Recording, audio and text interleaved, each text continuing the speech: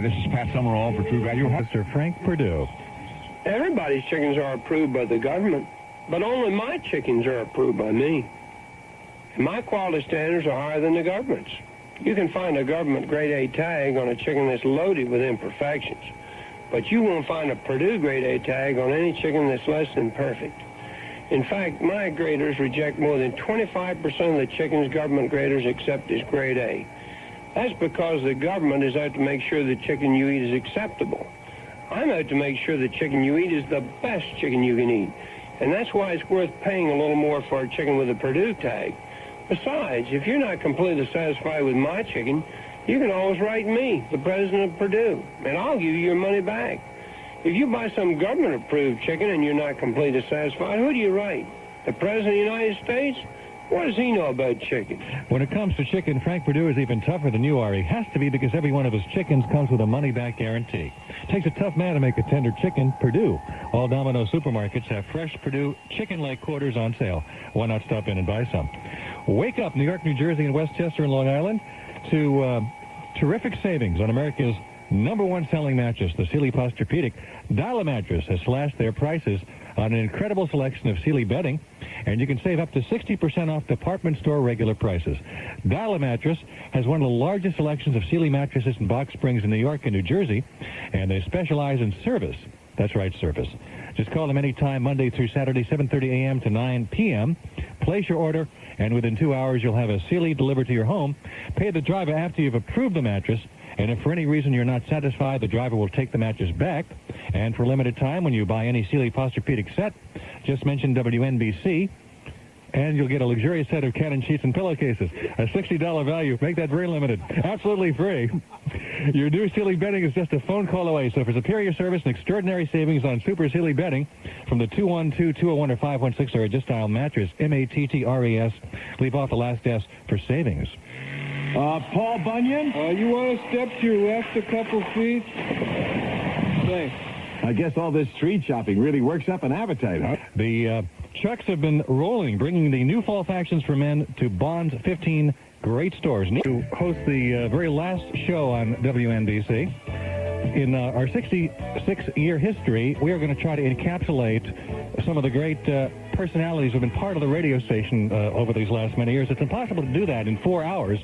We assembled a very interesting group of people to join us in the studio. Judy DeAngelis, as always, is with us. Hi. Have you cried yet today, Judy? Oh, about 3 or 4 times. Yeah. Mostly when I saw you. We have a very big supply of tissues here in the studio. Yeah. Joining me to help with the broadcast is the president of H&H Broadcasting. His name is Mike Harrison. He is the original editor of Radio and Records, the founder of Good Phone Communications, one of the nation's leading syndicators.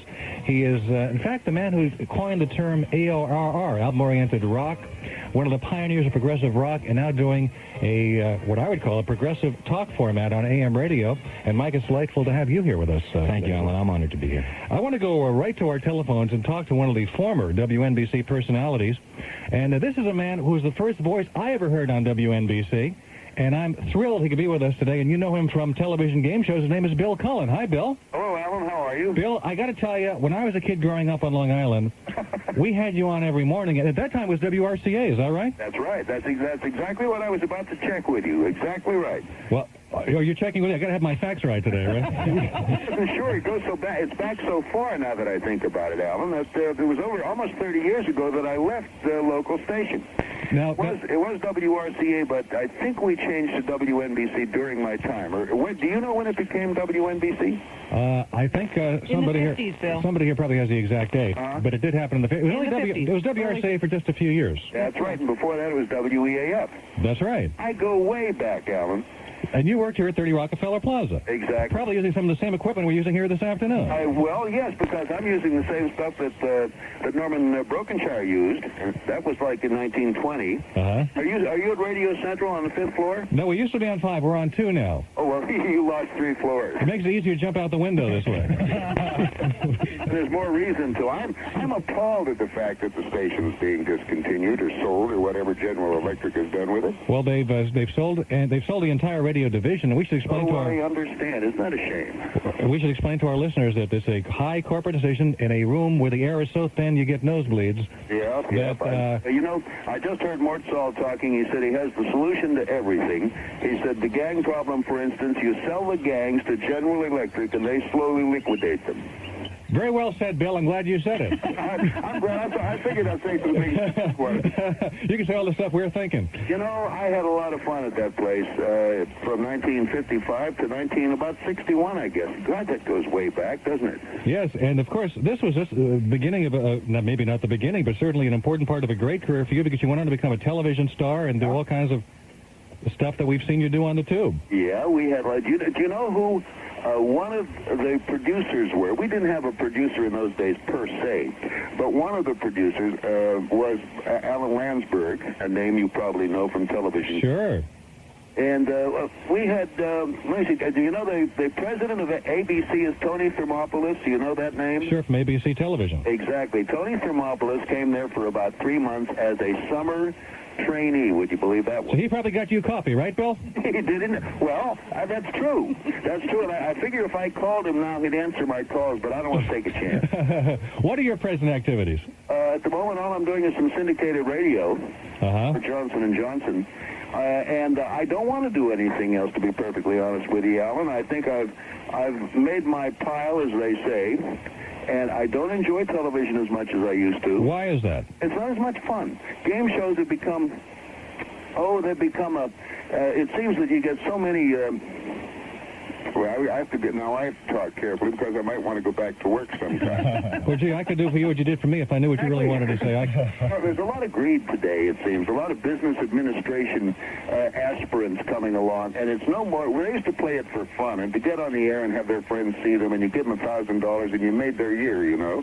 Yeah. Now, unless it's $20,000 or $30,000, they look at you like you suckered them into a deal that really didn't turn out as well as they perhaps had hoped. May I ask you what your memories are of hosting mornings here at WNBC, or any particular moments that stand out in your recollection? It's one of my favorite times in the past when I look back on my career, to use the word loosely. It's one of my favorite times because it was a stream of consciousness thing, Alan. I'd get up early. My wife would have my coffee for me. I had my same cab driver who picked me up every morning and brought me into the studio there at 30 Rock. And I would just, if I didn't feel up to it, I'd pretty much just give the time and announce what we were going to play. And then sooner or later something would occur. We'd start chatting. People called in. Now, it wasn't, their calls didn't get on the air. They talked to a producer, and they called in with a problem or a suggestion or an idea. It was brought in to me, and then we would start talking about that. And that's pretty much what it was. So there was some humor there. Doesn't seem like radio's changed that much, has it? Oh, no, exactly right. Now the calls get on the air, and I think people just call in to hear themselves, you know. Maybe we have to bleep them a little more these days than we did in the old days. That's a good idea. With our system, we did eventually go to bleep, but that was other local shows. But you didn't have a delay on your show? Uh-huh. You had no delay on your show? No, we didn't take the phone calls on the air. So you would relay to a listener what the phone caller was saying? No, the phone caller would talk to the producer. Oh, I see. Say, hey, let's talk about whatever the situation was then that they were unhappy about. I see. And they'd give their opinion. The producer would write it down, bring it in to me, and then I'd throw it out, and people would call in with ideas, and we'd have a ball. Bill, I'm delighted you could be part of this final broadcast because, as I said earlier, you are the first voice I heard on the radio station, and I'm sure there are listeners right now who are fondly remembering those days. Thank you very much. There are probably some that old. Alan, it's a pleasure. I'm sorry it's under these circumstances. And will everything go as planned, or is it going to be a complete discontinuance? Well, what we're going to do is we're supposed to throw the switch at 5:30 to MS Broadcasting, and I'm thinking of coming during the radio station and just staying here and not giving it up. It's not a bad idea. If you need someone to camp on your doorstep, I'll be there. Thank you very much, Bill. Alan, my pleasure, and good luck to you. Thank you so much. Bill Cullen, one of the original, one of the great voices here on WNBC. Mike Harrison is here of H&H Broadcasting, worked with Radio and Records, Billboard Magazine, a pioneer in radio. Judy DeAngelis, of course, who is always on my flanker microphone. And before we talk to them, which, of course, I want to do, let's say hello to Dr. Joyce Brothers. Yes, hi. Hi, Dr. Brothers. How are you? Just fine, thank you. You know, in the last few years, there's been a lot of call-in psychology shows, but you were the original person to do that kind of radio. Yes, I felt at the time that there was an enormous need for a place where people could go and talk over the things that were worrying them and what was on their mind. Not to have someone tell them what to do, but rather to have someone who is objective, someone who could say to them, look, these are the alternatives facing you. Let's explore them so that you can make your own decisions. And I felt that there were so many things in the psychology library that could make life a little easier and simpler for people. And why leave them in the library? Why not do a kind of translation job and put them into everyday language? And so I was the first and foresaw a great need for it, as evidenced by the fact that there are psychologists now in just every place in the country doing just that. And also there is an association of media psychologists. What was so special about working at WNBC? It was home to me. I loved the building. It was a great pleasure to look up at the top of the building, and it was also fun to walk in and know you belonged there. Someone said to me, as they saw people standing behind the ropes waiting to get in to see shows and so on, you know that you've arrived in New York when you walk and right into the building and you don't stand behind a rope. Well, it's true. Well, I'm glad you could share just a couple of seconds with us here on WNBC, and this is a historic day and a sad day. Yes, it's very sad. I miss it. I think it is part of the lore and behavior of New York, and I think it will be sorely missed. Thank you, Dr. Brothers. Thank you very much. Thank you. Bye-bye. Dr. Joyce Brothers, one of the voices on WNBC back in the early 1960s, the first person who did psychology call-in radio. Although other people have said that they were the first, she was, in fact, the first to do that. Roland Werner, my former producer, who defected to the Today Show, has come in. I'd like to present something to you. Yeah. With the help of Leslie Gallo, who works at NBC. Hi, Leslie. She helped track down one of these. Oh, it's These are terrific. These are the NBC chimes. And you're going to close the show and you keep these. I can keep these. This is for you. Ooh, this is great. Yay. So, Can we get an advance preview? very nice. All right. That'll be the last thing you'll hear later this afternoon on 660. That's right. What do you like me to do? Hold it up. We're doing this for photographers, ladies and gentlemen. This show, this show is not for radio. It's for. Okay. We're going to get this shot, too. Alan, is that the only one? Yeah, this is not the only one. It's the only one. This is the only one? And it's yours. Oh, thank you very much. Well, let's get another shot with Leslie. Come on. Come on, I got a radio show to do here. Okay. Just talk among yourselves for just a second. Delighted to have with me today Mike Harrison. Mike, for years, has tracked a very impressive radio career as a consultant, as a radio personality years ago on WNEW FM in the days of Roscoe and Richard Neer. You and Richard started there together. He went out to the West Coast, became the original editor of Radio and Records when Bob Wilson founded the publication, consulted, did commentary for Billboard magazine, a pioneer in progressive rock radio, also founded WLIR's progressive format, 1970. and coined the phrase album-oriented rock, and has directed his attentions to AM radio. Yeah, well, AM radio today is where FM radio was in those exciting days, and it's very cyclical. And today, FM is the dominant format in terms of where the money is and the listeners are in the big commercial formats. So the AM stations now have the opportunity to be creative and try something new, so they could be dominant again in the future. It's very cyclical. It's disturbing when people paint this as the end of AM radio. Well, hardly. It's the beginning of AM radio. It's the end of an era of AM radio. It's undoubtedly the beginning. The medium exists. The lines of communication exist. The receivers are there. There are new advances in technology happening.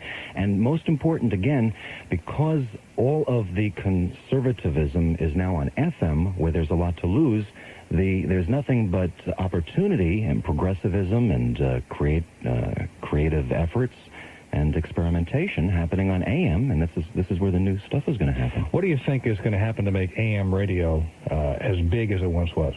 I think freedom. I think what you're doing here, creativity, spontaneity, people talk, information, liveness, is something that's missing in media all over.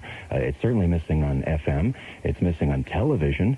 Localness and liveness and spontaneity. If something were to happen in the city, if there were to be a disaster or a major breakthrough or a revelation or anything, you couldn't turn to newspapers. It takes too long for that to happen. You couldn't turn to television because they'd have to put their makeup on first before they could cover it. But instantaneously, radio would be there, and AM radio would be there first. Judy? I agree. I agree with him 100%. I love AM radio. This is, you know what it is? It's the breadth and width that we broadcast to. Absolutely. It's not just the point of horizon that FM is, because you can blanket a large part of the country with AM radio. But technologically, the FCC has not agreed on one system for AM stereo. Yeah. Which hopefully they'll do. I would like to ask him, do you think that hurts? No, I don't even think AM stereo is important. I think the mono nature of AM will prevail.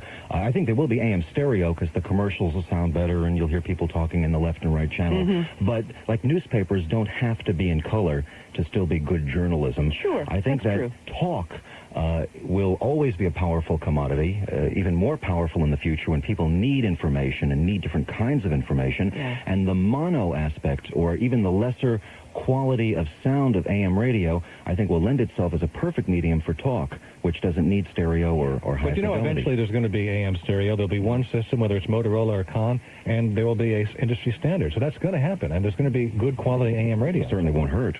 Isn't it nice, though, to hear someone not tolling the death knell?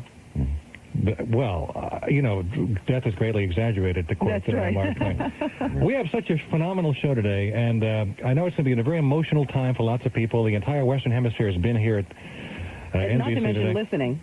I mean, literally, And everyone I know. I want to devote some time to our listeners who want to call up and talk to us at 247-8666. Area code is 212. Talk to Mike, who's going to be with me through the afternoon. Judy DeAngelis, who...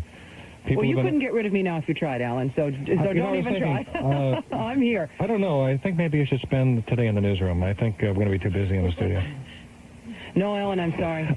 I'm we sorry. have... Today I'm going to be next to you like glue. Well, you've been saying that about me anyway. You're going to ride my coattails, you said. And you're Well, I'm certainly going to give it a hell of a try. I got so many people now to worry about that... no, don't worry about me. You won't even see me because I'll just be standing right behind you. You know, my jacket is not fitting properly today because of the tug on the bottom of it. We have an incredible lineup today of former and present NBC radio personalities.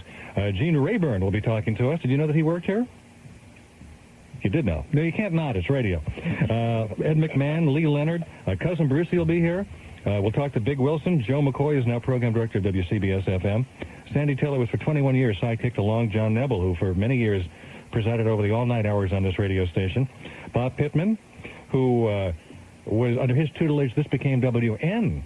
That's right. BC. That's right. We'll talk to Larry King, Brad Crandall. Larry King didn't work here, but he is such an influence in radio, and especially AM radio, that I think his oversights and insights will be very interesting. Buffalo Bob Smith did the morning show here. Yeah. It just seems like everybody who was anybody Well, because of the passed through these portals at one time or another. there's a turnstile out front. So Did he do it with Howdy Doody, or was it no, this before is before Howdy Howdy Doody. Doody? Yeah. And it was he's in this building. He then started doing the Howdy Doody show. Yeah. My agent Manny Gelt has shown up today. Black Day at Black Rock. Black Day at Black Rock. 30 Rock, Black Rock. Right. You're out of work I want to again. thank you for engineering this career move for me. You're out of work again. Can't you hold a job? You come to a station, the whole place falls apart. You're engineering my career. 400 people out of work because you stink. Thank you very much. The man in charge of my career. What a career it is. Thank you. Largely thanks to you. You're the only person I work for. I have to work a half an hour a day, and I'm overworked. Thank you very much. Al Rosenberg has just walked. You know, there's so much hugging going on here. People are... That's male bonding, Alan. But, of course, you and Roland have done that privately. But listen, It's a beautiful thing. let me say hello to Al Rosenberg here for just a moment. No, I don't want to take your agent's place. Obviously, he's... Please. I wish you would, actually. Believe me, he's much more important to you now than I am. You'll be staying on. You'll be working with... Jeez, I touched your garbage can. Yep. No, that's Imus's Donuts. Oh, yes, that You'll would be be working. different. You'll be working with Imus in the morning. I will be? I believe you. You'll still be Thank God, working I on thought her show, right? That's for the duration, yes. For the duration of what? For the duration. No, yeah, I will be. Yeah, sure. For the duration of what? The sports format? For as long as there's sports. As long as there's sports, as long as there's sports, Alan, there'll be a place for guys like me. This is Mike Harrison, who is with H&H Broadcasting and who is one of the pioneers Morning of... Hard Arts, one of my favorites. I love your rice pudding. Let's take a few Mostly those pot of baked beans they make, which is really good. WNBC, hello. Yes, hi, Alan. Hey. Hi, how are you? Good. Good luck to you and whatever you decide to do. I've been listening to you on a number of different formats. I think you're great. But, what I wanted to say was, like you, I also grew up with the radio in my hand, and I remember one of my friend's fathers once saying to me that I should be going around with a baseball glove in my hand and not a radio. Uh-huh. But anyway, that was back in 1963, 64, Conversation Station, WNBC. That's right, the Conversation Station. That's when Joyce Brothers was on it, and we'll talk to some of the other personalities later on today. When you speak to Big Wilson, though, ask him if he remembers Gwen, the receptionist. She's out in California now. Gwen, the receptionist. I believe she and Biggie are living together now. Yes. No, I'm just kidding. I'll give you her phone number. Okay. And Mr. Policeman, let's not forget him. Thank you very much. It's nice to see your sensitivity has permeated the studio. This is the way I respond to everything. You know. Thank you. So I went up to Imus this morning after a show, and I said, Don, I want to tell you it's been a thrill meeting you. I think you're a legend in broadcasting, and I just want to tell you that meeting you, working with you, and knowing you has been a very important part of my career. So let's not get emotional, kid. He had a tear in his eye when he said it, though. Yeah. His feeling is summed up by his phone number in the back of the yearbook. 1-800-GET-LOST. 2 o'clock at WNBC. This is news. Colmes, I'm honored. Poster City, it'll be Yeah, thank you very much. Yeah, because of the GE way. Yes. Microwave City. Microwave City. Al Rosenberg, of course, is in character. I'm going to miss you. Oh, come on. I can't. You're not going to get sincere in me. I'm going to miss you. No, you're a very nice guy, and you've been a pleasure to work with, and you're very funny, and you're very intelligent. You're a commie, but I really have a lot of affection for you. On the page, and that's very nice. Age 2. And it's very hard for you to be this sincere, isn't it? I mean, there's more to me than just racial slurs and cheap tawdry sexual laughs. Shame you leave that other stuff at home when you come to work in the my wife. But hey, guys, PIX, say hello to Paul Bissonette for me. He's over there. PIX, a friend. We've had Channel 11 is here now. Also with us is Mike Harrison. Mike is a pioneer in radio. He at a very young age created the album-oriented rock formats. Created WLIR in Long Island. He was morning man at WFAN here in New York for a while. Went out to the West Coast, had success in San Diego. Then was the original editor of Radio and Records. Went out to Billboard magazine, KMET in Los Angeles. Good Phone Communications, a major syndicator, and now is president of H&H Broadcasting in Springfield, Massachusetts. Did you read his resume? I mean, was I reading that? It's very impressive. That's very impressive. Do you have a resume like that? No. Are you kidding? I can write mine in crayon. What do you? I know you grew up in the New York area. You worked at another station in New York, but certainly you listened to WNBC over the years. WNBC always represented the place where they had the tour, and all the announcers wore suits. And you'd stand on line, and then you'd wait, and you'd go upstairs for $1 or whatever it was, and you'd watch Big Wilson, who you're going to be talking to later on the radio. It was very exciting. It was always considered the big time, real big station. Big time radio. This is it? Yes. And you get there and you say, this is big time? All downhill. I'll never forget when I was a little boy taking the NBC tour, and I used to beg my mother to take it every time we came into the city. And 3 or 4 times when I took that tour, the man on the other side of the glass, up on the 5th floor, was Lee Leonard. And I fantasized that someday I could be the person on the other side of the glass. And Lee Leonard is with us right now. And Lee, I can't... only made it to the 2nd floor. Yeah, right. Lee, thank you for putting me in my place and putting things in perspective here this afternoon. It's a sad day. It is a very sad day. I'm not going to buy their light bulbs. I'm going to go with Westinghouse. We've changed to Slovenia in the office.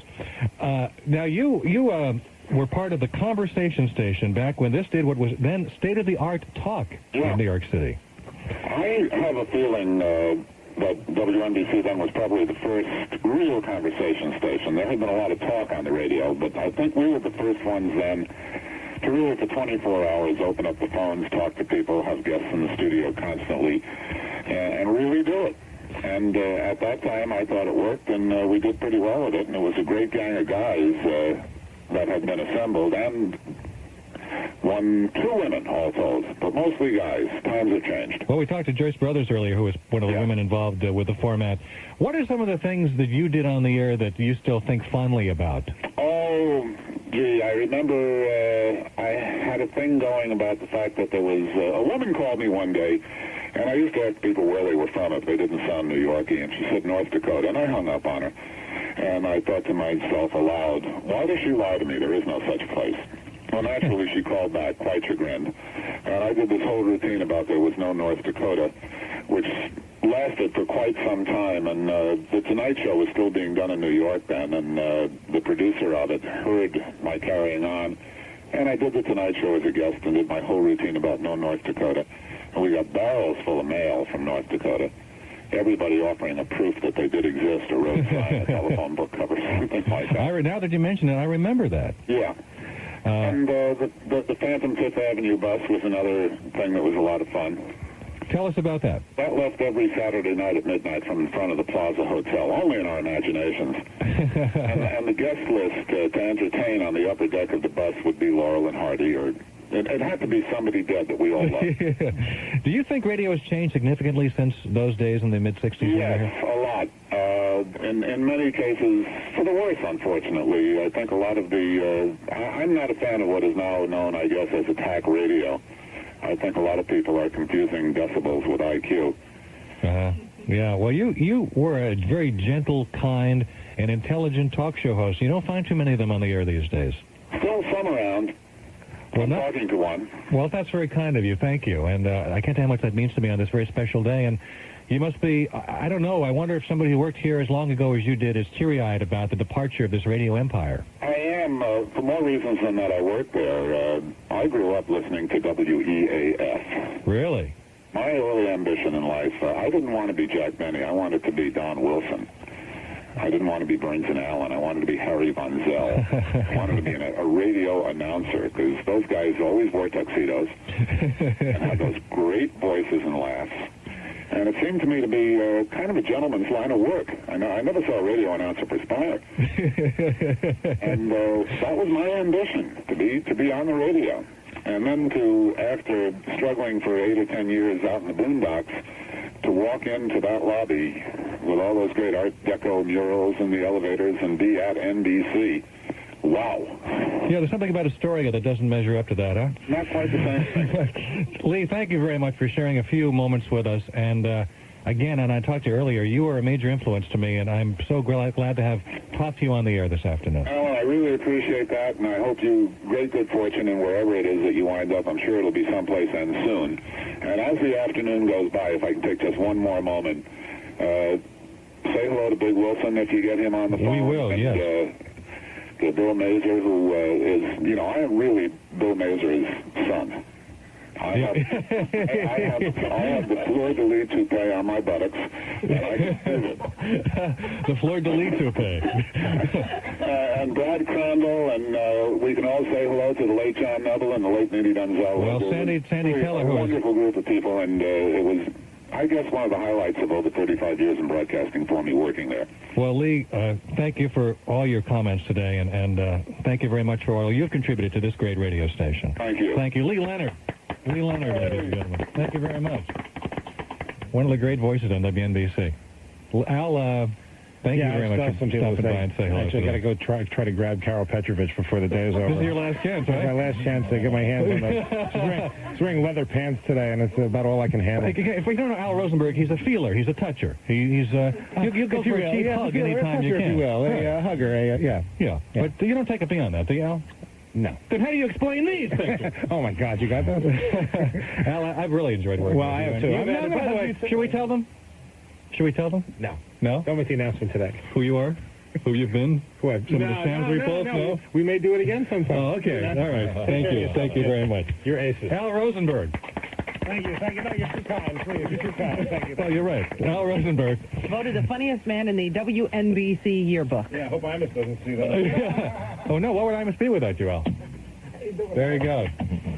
Al's not answering. How are you? Al Angelero has just walked in. Al, Judy.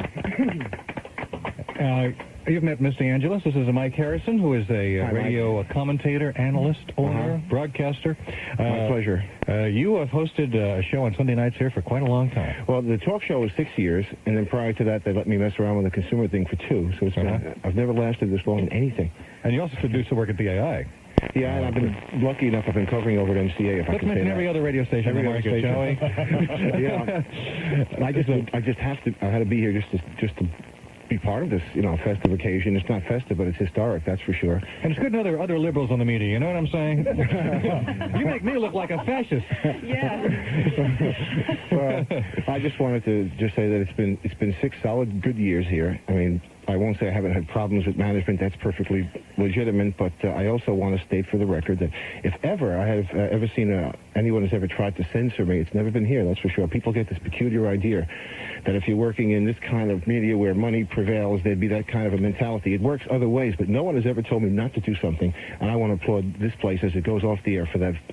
I want to say something about that. I think if there's one thread through the many formats that has run through WNBC, it's been a sensitivity toward talent. And that great superstars their careers have been born here in a sense. Certainly Don Imus, who created a certain kind of radio. Yeah. And there's always been, through its many incarnations, a sensitivity toward radio talent. And that's why it's always been my dream to be here. And I'm glad I get in just under the wire. Yeah, let me say that, too. This was a place my father took me. My fondest memory with my dad was coming here as a kid. And it was Radio City. There wasn't much television in those days. Yeah. So I remember this place from a long time ago. And the pages were beautiful, the females. That hasn't changed. Yeah. That hasn't changed. Stayed too. Al, thank you for stopping by today. Thanks for inviting me. Al Angeloro. What are you doing Sunday nights from now on? Oh, man, I don't know. There are so many stories. Campaign for George Bush. So many stories. Are you aware that the mayor is saying that the Colombian drug cartel wants him out of office? And I would have assumed that's the one guy they'd want in office. That would have been my lead story. All right, Al, thank you very much. Chris, I'll be... Can I hit the chimes just once? Well, okay. Please. He's like, sure. These are given to me as a gift by Roland, my former producer. You're going to get this, right? Yeah. Beautiful. Very nice. We told Emmis this would be the last thing they'd hear, so I hope they don't take it early. Sorry about that. We're going to... Thank you very much. We're going to take a break and come back. I'd like to take some phone calls. We're going to take as many listener phone calls as we can. If you want to talk about radio with Mike Harrison, if you want to talk with Judy or me, I wish we had time to take calls for each of the phone guests and in-studio guests we're going to have today. I don't know if it'll be possible. Big Wilson will be talking to us, Joe McCoy. We hope we'll get Larry King. Will be at an airport. Buffalo Bob Smith, Bob Fitzsimmons, Wolfman Jack, Bob Pittman.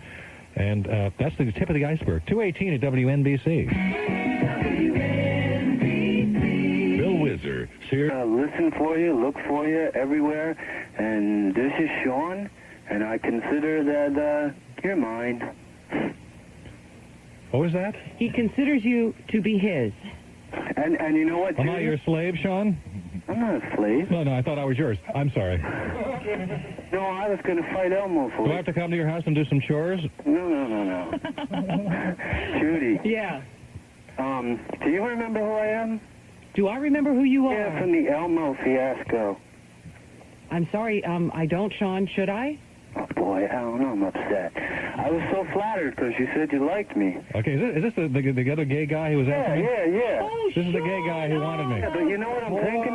What's that? If Judy ever decides she wants to meet somebody, I kind of like her, too. Thanks, Sean, but stick to the male bonding, See, okay? if lesbianism is a woman with a woman, and heterosexuality is a man with a woman, and homosexuality is a man with a man or a woman with a woman, what is a gay man with a woman? We have to come up with a word for that. Thank you very much. We welcome Ed McMahon. Ed McMahon, ladies and gentlemen. Hi, Ed. Yeah, hold on just a moment. Ed has gone through some changes since he worked here at WNBC. You going to applause again? I guess we'll have to applaud again, right? Poor Johnny really works him hard, doesn't he? Ed McMahon. Hi, Ed. Alan, how you doing? Ed McMahon, ladies and gentlemen. Ed McMahon hosted Fortune Phone here at WNBC. Sounds like a party. What's going on? Well, as you know, it's our last day. WNBC is going out of business today. I can't believe that. It's really sad. What happened? Well, we've been sold to Emmis Broadcasting. Right. As you may know, GE has made a corporate decision to dismantle the NBC radio empire. They sold off the networks last year, and this year they sold off the owned and operated radio stations, including this, the flagship station. Oh, boy. And today is the last day. As of 5:30 this afternoon, there will be no more WNBC radio. That breaks my heart. And there'll be no more radio at 30 Rockefeller Plaza. Oh, I don't believe it. I spent so many hours in that studio and also doing monitor right next door. I can't believe it. It's very, very sad. Yeah. Did you host Fortune Phone here at one time? Yes, I did. That was a great idea, putting a game show on radio. It was a terrific idea. The first day, we had so many phone calls, we tied up the entire phone system of Manhattan. Oh, really? Wow. And we had to change our format immediately for the second day. What did you do differently? Well, with the first time they were calling in to us, then we changed it so we were calling out. Oh, call-out radio. There's a new concept. Call-out radio. So you hosted this for I know a gentleman named Sterling Yates hosted it at one time. Yes. And, of course, you are a fixture in broadcasting, and I know that when the Tonight Show was done here, you spent a lot of time doing the radio for NBC. I did. I hosted Monitor for about 3 or 4 years. I loved that program. It was one of my favorites. And when we moved to California, we tried our darndest to find a way for me to do it from the West Coast. But they were worried about it. They wanted it live. And it just was impossible. We couldn't work it out. But I wanted to do it live from the West Coast. Now you're in beautiful downtown Burbank, but for a long time you worked here at 30 Rock, and there's something about this building. There's a spirit in this building, a radio spirit, maybe a radio muse that makes everything so special here. Well, I'll tell you what was special to me about that building. When I got back from World War II, they had a thing called the Welcome Home Auditions. And anybody who wanted to be on radio, a radio announcer, television was just, kind of getting going. There was not much television going on in 1946.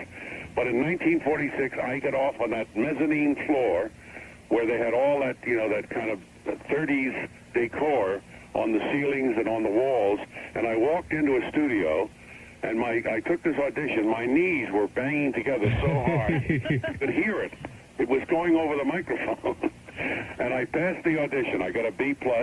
And I got offered about 4 jobs, and I decided not to go back into radio right away to get my education, and I'm glad I did. I went to Catholic University and got a degree in drama, and by that time, then there was television, 1949, and I went right into it. Were you one of those people who thought television would never work? Oh, no, I knew from the beginning I was going to work. Well, the first show I ever did, I hosted a 3-hour daily variety show. I had to believe it was going to work. Ed, thank you very much for taking some time out. Nice talking with you, Alan. I'm sorry to hear the news, but let's give it off a great send-off. We certainly will. Thank you, Ed. Ed McMahon, ladies and gentlemen. Ed McMahon, 238 at WNBC. Alan Colmes. A mascara rich with conditioners is smart. Mascara that makes lashes. Did you want to go on the air? Yeah. Oh. Hello. Alan. Yes. Hi. Hi. It's Rita Mandel. Hi, Rita. Hello. How are you? Okay. I had to call to tell you that I think you are one of the best all-around personalities radio has to offer. And certainly its brightest star in talk radio, Alan. You may feel that the empire is falling, but you won't. Well, thank you. You are really far too superior to your peers. No. Much too vital to radio to ever be silenced. You'll rise again. You'll be bigger and better than ever, Alan, if that's possible. I feel like I'm in the middle of a David Wolper production all of a sudden. You're a god. Anyhow, with a lot of love, I wish you everything that you want. You and Manny will live on forever. This is Manny Gelt's secretary, who is an office assistant, who is my agent. This is Manny Gelt's assistant. Thank you very much. You're very Rita, welcome. Thank you. Happiness in whatever you do. Thank you very much. So long. Well, isn't that nice? Thank you. That's lovely. Yes. Let's go to our telephones. We are spending a lot of time today sharing with former WNBC personalities and talking to the people who work here now, but it's really the listeners who have made WNBC. It's because of the listeners that we are here. Let's say hello to Cousin Brucey. Bruce Mara, ladies and gentlemen. Please have a seat. Please grab a microphone. You remember microphones, Bruce? The strangest thing is happening now. You are getting more people with cameras. Every TV station's up here. Every network's up here. Where were they a year ago? Our phones are lit. I have never seen it like this. Boy, but that's not true. Every time listen, I've been your guest many times. That is not true. The phones are always lit. That's right. Well, I guess you're right. You've called me on that. No, I've had every one of my family call when I've been on. Cousin Brucey, if the adage, the bigger you are, the nicer you are, is true, and it is, Cousin Brucey is the walking embodiment of that. You are one of the nicest people in radio, and I love you. Thank you very much. Thank you so much for being here. That's what I want to be part of this. I really do. I bet he's asking, what is it going to be like tomorrow? when you wake up and there's no WNBC. I cannot fathom this. I mean, all my life, living in New York as a citizen of this great city, and always, going through the dial, you take something for granted. I take a few things in the city for granted. I take Nathan's hot dogs. Right. I take Gracie Mansion, right? The Empire State Building, and this radio station, right? And it's going to be very strange tuning in tomorrow and not being able to find it. I think I'm going to be in a time warp or something. Imagine people left town for a while, come back, and they pick it up, and what do they... Now look who's here with me. Joe McCoy. Joe McCoy from WCBS-FM. Joe McCoy was a voice here at WNBC. Yeah. Now a radio executive. Well, you can call it that, I guess. Yeah, I was here back in 76 and 77. Actually, Brucey and I worked together, and when I was looking for someone to add some spark to my Saturday nights, I remembered this guy right here. He had been off the radio for a long, long time, and gave him a call and tried to coax him out of station management to coming back to CBS-FM. You could convince him not to be an owner anymore, not to be an Empire owner. Exactly right. But to, money means nothing. Radio is what it's about. And come back to the radio. That's what he said last week at our contractual meeting. It still works, too. And you, Joe, of course, have done a wonderful job with WCBS-FM. Of course, you stole the time machine, but Was that it? Nevertheless, you have taken that station and made it into a very successful radio station. Thank you. We have an alumnus here. Judy DeAngelis used to work for us. I was just going to say that I know. All right, Judy, why don't you do the job pitch now? I know Joe McCoy from WCBS-FM, and what you say about Cousin Brucey, I can say exactly the same thing about this man, Joe McCoy, one of the nicest gentlemen in the business. Thank you very much. Without a doubt. I worked with her husband also.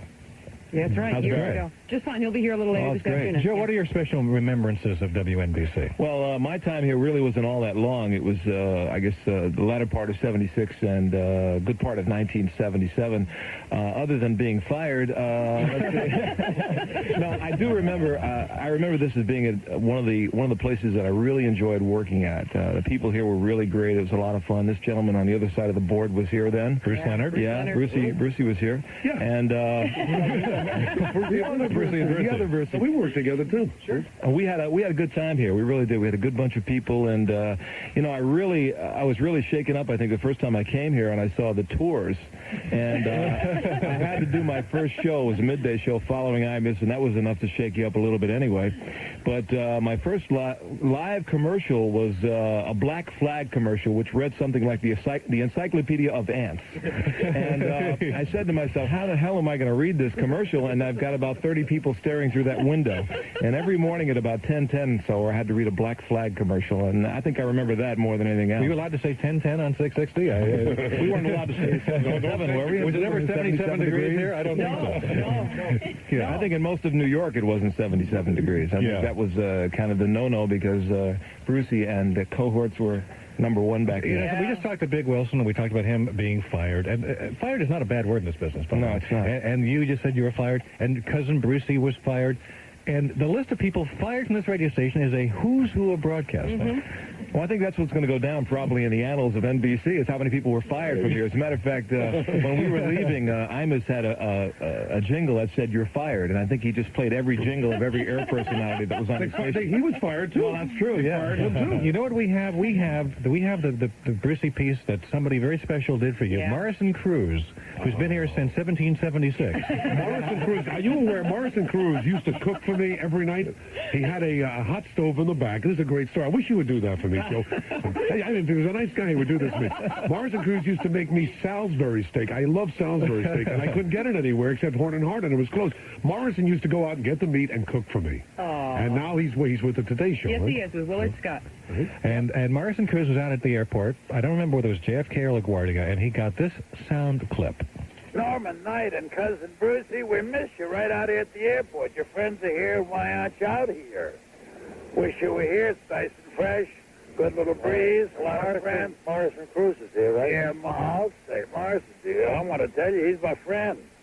He came out to see me, and you all didn't. You know what that is? No, I can't. Nelson Rockefeller. Oh, yeah. Was that true? Yeah. Will today mark the end of an era? At 5:30 this afternoon, WNBC signing off forever. It will become WFAN, All Sports Radio. Talent, a respected newsroom, wonderful colleagues. And to all of them, I wish goodbye, good luck, and God bless. And oh yeah, Thanks for the memories. And now for the last time with pride, I say, that's what's happening. I'm Judy DeAngelis, WNBC News. WNBC remembers 66 years of New York's most memorable radio. This is the National Broadcasting Company. 66 years ago, the word radio was not far from being a household name. Just a few years earlier, a young inventor named Marconi discovered a method of transmission via a spark gap generator. Well, as crude as it was, it laid the foundation for the future in a medium known as broadcasting. In the spring of 1922, the American Telephone and Telegraph Company realized a possible future in this medium and signed on an experimental station, W2XY. A short 4 months later, after granting an approval for a limited commercial license, the call letters changed to WBAY, and finally, to the mighty 500-watt WEAF. This was the beginning of WNBC. This is radio station WEAF. This is the world's first toll broadcasting station. The studio is located at 24 Walker Street in New York City. Heretofore broadcasting has been gratis to all.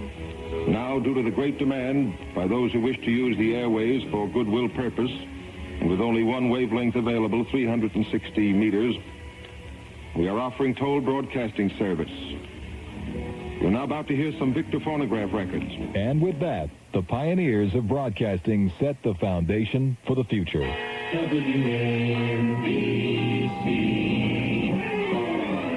66 WNBC.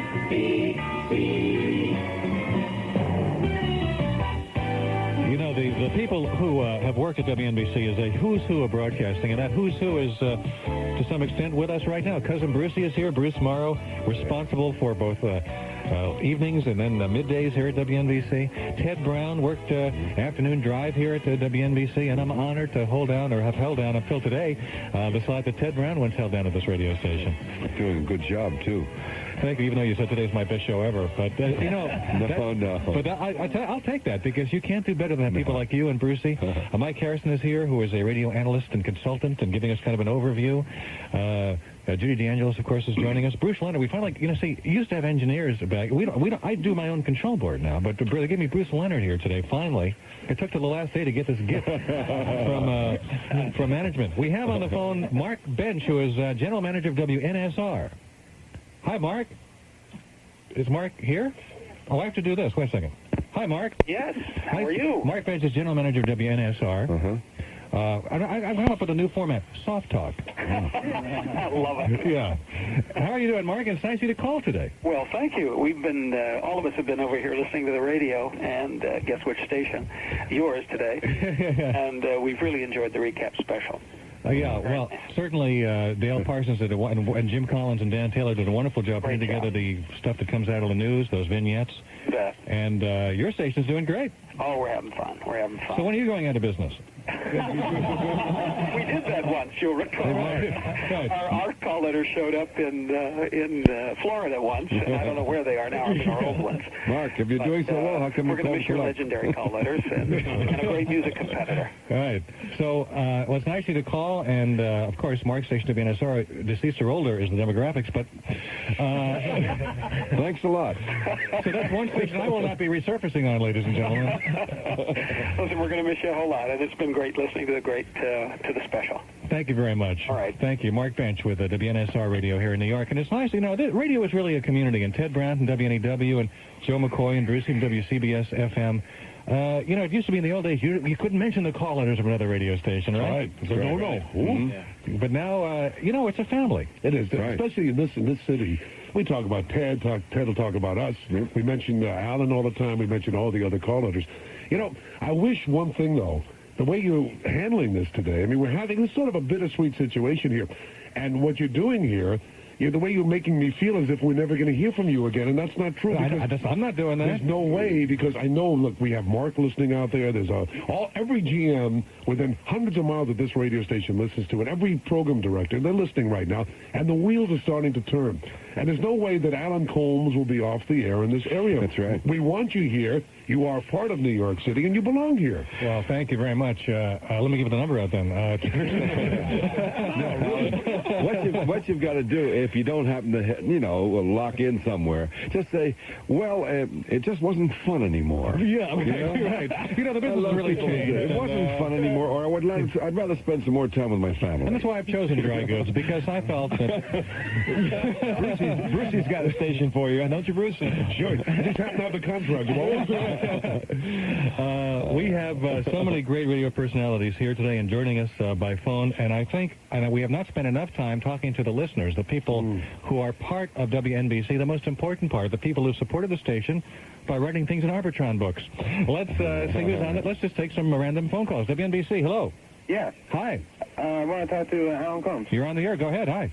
How you doing? Hi. Listen, I want to say I enjoyed your show. Thank you. And I want to find out, do you have any speculations where you might be going? Yes, I'll be getting coffee for Ted Brown starting on Monday morning. Decaffeinated. Right, thank you very much. WNBC. Yes. WNBC? So far. Hurry up. There's no need to hurry. You just got in under the wire, yeah. This is Jay Smilkstone from Radio Parts House in Mount Kisco, New York. Uh-huh.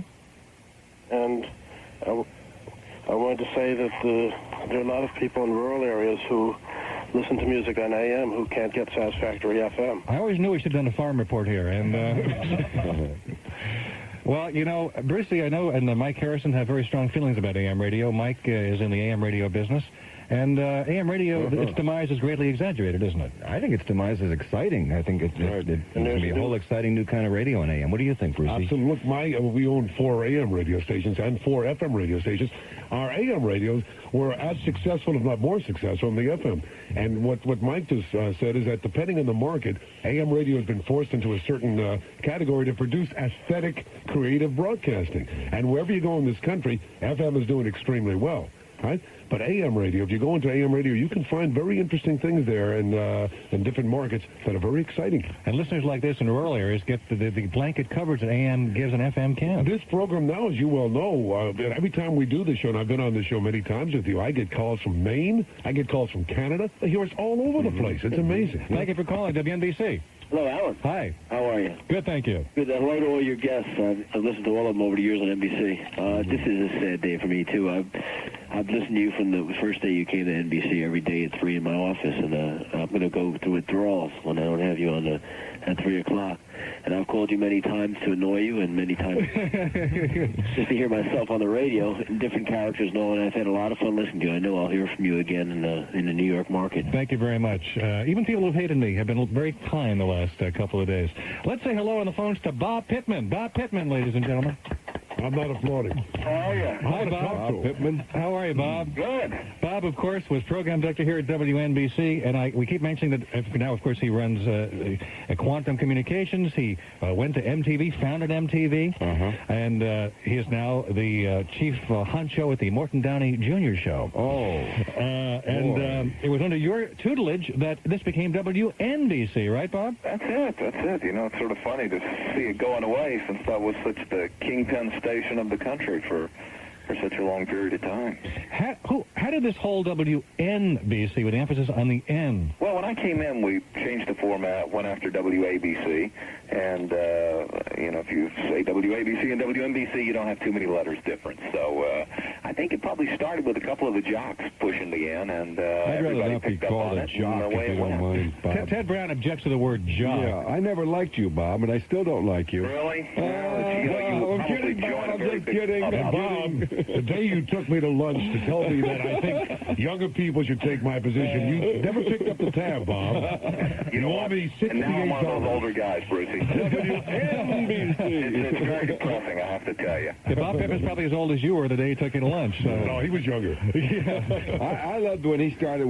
He did, a non-commercial hour on AM, which was unusual at the time. I don't remember any AM stations doing that. Because we were carrying, 18 you remember to 20, that, right? Of course, we couldn't sell any commercials at the time, so it was an easy decision to make. But I know you did that, too, when you came over. No, we had a good time. And, that was back in the era when you still could get a lot of music listeners on AM, and it's sort of a shame that all the AM stations are giving up on music around the country. Bob, of all your accomplishments here at WNBC, and you were a very celebrated programming executive, still are, but of course in radio those days, what's your your proudest accomplishment? Proudest accomplishment? Probably rehabilitating Don Imus, bringing him back from Cleveland. Yeah. We have one of the other personalities who you work with, Johnny Dark, on the other line. Hi, Johnny. Hello. Johnny? Yeah. Bob Pittman is on the other line. You're kidding. Johnny Dark, this is the reunion. This is your life, Johnny Dark. I didn't know that you could tie the phones together like that. Well, we did something... We're off the radio, probably. But no, we're on the radio. Together. We're on the radio. And I'm sure that Bruce Leonard did something illegal to get us to do this. This is on the radio? Yeah. This is called conferencing calls. Amazing. In case you haven't been back to AM too. Ted Brown, of course, knew Alexander Graham Bell and knows all the terminology. That's right. That's right. So you hired Johnny Dark, right, Bob? I did. Johnny Dark I'd known for a long time. As you were talking earlier today about the community of radio, it's a very small business, even though it's a national business. Johnny, nice of you to speak to us for a couple of seconds here on this final day. Oh, it's my pleasure. I mean, how ridiculous is this? Well, I mean, I think the operative word is very. None of a company would give up the calls WNBC. I don't know. They need a checkup from the neck up, don't they? As Imus would say. Johnny, thank you very much. Thank you for... Which line do we have Johnny on? Which line do we have Bob on? Is Bob? Is Johnny. Johnny, let me thank you. Bob, you are on to bigger and better things. You are now doing the Morton Downey Jr. show. Well, I don't know. It's different things. Radio is a lot of fun. I hate to say that anything I'm doing is bigger or better than that. So you sometimes miss your radio days. You get nostalgic I love radio. about it? I started radio at age 15, so it got me out of Mississippi. Everybody needs a ticket out of a place like that, and radio provided it for me. I see. Well, thank you for taking a couple of minutes to join us and reminisce. Well, good luck with your future, too. Thank you very much, Bob. Hey, Bob? Yeah? This is Cousin Brucey. Bob, let's have lunch sometime. Bob, what channel is Downey on? What? What channel are you on in the New York Channel 9, right? Channel 9. I think I'm buying it, Bob. Let's have lunch. Let's have lunch, Bobby. You buy and I'll eat. Thank you very much. Bye-bye. Thank you. Bob Pittman, ladies and gentlemen. I think we got to give a little bit of applause to Bruce here. That was pretty good. That was well done, Bruce. You ever feel that there's justice in the universe and you have just gotten yours? No, you know something, I'll tell you, and I know he's listening now. At the time, when we should let everybody know what happened. When I was on NBC, Bob Pittman came in, and he was to me, a very fresh young kid who did not understand the market, which I still believe, as he grew into the market, he started to understand it way after he made a few mistakes. I was one of them. And he told me one day at lunch, which I paid for, that I believe that I should give the younger guys, it's in my book, a shot to this thing, that I don't need this anymore. And I looked at this guy and I'm saying, who's this young kid going to tell you? The heck with it. I left. Right? Teddy knows this story. And I left the thing. I think that was a very big mistake, and I was very angry in those days about that. But I got to tell you, I'm sitting here right now, and he's still angry. No, I'm not. I think Bob is grown very beautifully. He's doing what he wants to do now, and I think he's a very talented guy. And getting a little older. Yeah. No, I'm not. Yeah. We're going to take a break and come back with what a day and what a group of people we have in the studio. Cousin Brucey is here, Joe McCoy from WCBS-FM. Ted Brown is here. Mitch Lebby has come down to say... the world's youngest DJ. Do you know that? That's right. WINS, when we first started, he was called the world's youngest DJ. That's right. When I first started WNS, that's right. I introduced you on your first That's right. We'll continue in a moment on WNBC. Jimmy Breslin switched to Newsday because of the paper's great city and borough coverage and for outstanding writers like Murray Kempton. Murray Kempton has been a hero of mine for a long, long time and will continue to be. Murray Kempton put more honor and more of the English language into newspapers than anyone in my business. He's probably the most copied columnist of my time. Everybody steals from Kempton. Even you, Jimmy? Guilty. What, are you kidding? Jimmy Breslin switched to New York Newsday. How about you? British Airways wants me to tell all you globe-trotting Americans that it's high time to take off on one of their superb European holidays. Now 10% off for a limited time. What a perfectly splendid offer, I said. The British Isles wreathed in golden harvest light. Europe replete with echoes of the ancients. Yes, charming, they said, but what in fact we've got to communicate is that British Airways has hundreds of flexible European land arrangements at 10% off. London, Paris, Dublin, Rome, 10% off. Theatres, hotels, transport, 10% off. Well, I'm pleased to report that we've reached a compromise. For hard facts and figures on British Airways holidays at 10% off, call your travel agent or 1-800-876-2200 right now. However, for 10% off a radiant European sojourn, call 1-800-876-2200 at a quiet moment when inspiration tugs at your sleeve, and not a moment sooner. You must book and pay for your holiday by October 31st. Other significant restrictions apply. Visit most luxury automobile dealerships, and you're likely to hear a lot of talk about things like bloodlines and image and noble traditions. But visit an Acura dealership, and you'll hear about a tradition we consider to be more meaningful, a tradition of satisfaction. For the second year in a row, Acura has been named #1 in customer satisfaction by the J.D. Power & Associates CSI survey, which measures customer satisfaction with product quality and dealer service. Not #1 for luxury cars or imports, #1 among all automakers, period. Again, which means that people aren't only impressed with the image surrounding Acura, they're impressed with the cars themselves. Which brings up an important point. When you're shopping for cars and listening to the people who sell them, don't forget to listen to the people who drive them. Acura. Precision crafted performance. RNs, LPNs, physical therapists, lab technicians, dental assistants, nutritionists, pharmacists, x-ray technicians. The Daily News has so many jobs in the healthcare field, I found exactly what I was looking for. If you're looking for a new job or a new career, whether it's in healthcare, banking, retail, or another field, you'll find the job you're looking for every day in the New York Daily News Classified section, with more job opportunities in more fields than ever before. And on Sunday and Monday, a special pull-out section. I was just checking the Daily News to find out what's happening in my profession, and this great job in sales almost jumped off the page. The bigger than ever Daily News Classified section. 7 days a week, it's the first place to turn to find pages and pages of the best jobs in the business.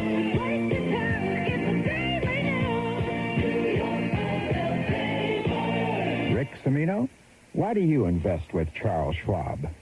Well, back in 1984, the market fell and the prices went down on my stocks, and sure, it was all on paper, but it scared me. So I came away convinced that I could do better making my own decisions. So I'd heard all those commercials about Charles Schwab, and I decided to call and find out what it was all about. Well, for 3 years, I've been trading with Schwab and saving about 50% on commissions compared to what I paid my full commission broker. Yeah, Schwab saved me hundreds of dollars. So now the market's down again, and a lot of my friends are taking a hard look at the commissions they're paying their brokers. And when you add up the cost, well, chances are you'll do what I did in '84. Anybody would. And pick up the phone and call Schwab. For my money, if you're going to invest for the long haul, Schwab's the broker to call. To find out how you can switch to Schwab, call toll-free today, 800-228-5600. That's 800-228-5600. Call Schwab now. I want to thank all the people who finally decided to buy time on the station. Bond's biggest ever Columbus Day holiday sale is now on with near giveaway prices on famous brand big and tall size sportswear, outerwear, and furnishings. Selections are fantastic. Markdowns are sensational. London Fog all-weather zip-lined raincoats for big and tall men. Single and double-breasted classics selling elsewhere for $200 and more. Now $129 and $149 at Bond's. Magnificent hand-knit designer sweaters, $120 values, now $69.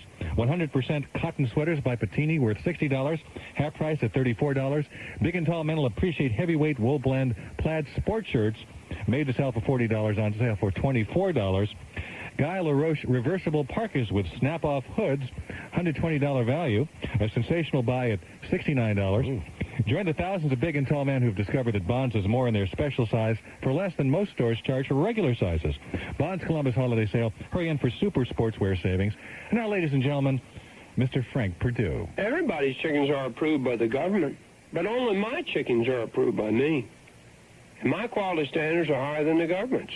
You can find a government grade A tag on a chicken that's loaded with imperfections, but you won't find a Perdue grade A tag on any chicken that's less than perfect. In fact, my graders reject more than 25% of the chickens government graders accept as grade A. That's because the government is out to make sure the chicken you eat is acceptable. I'm out to make sure the chicken you eat is the best chicken you can eat.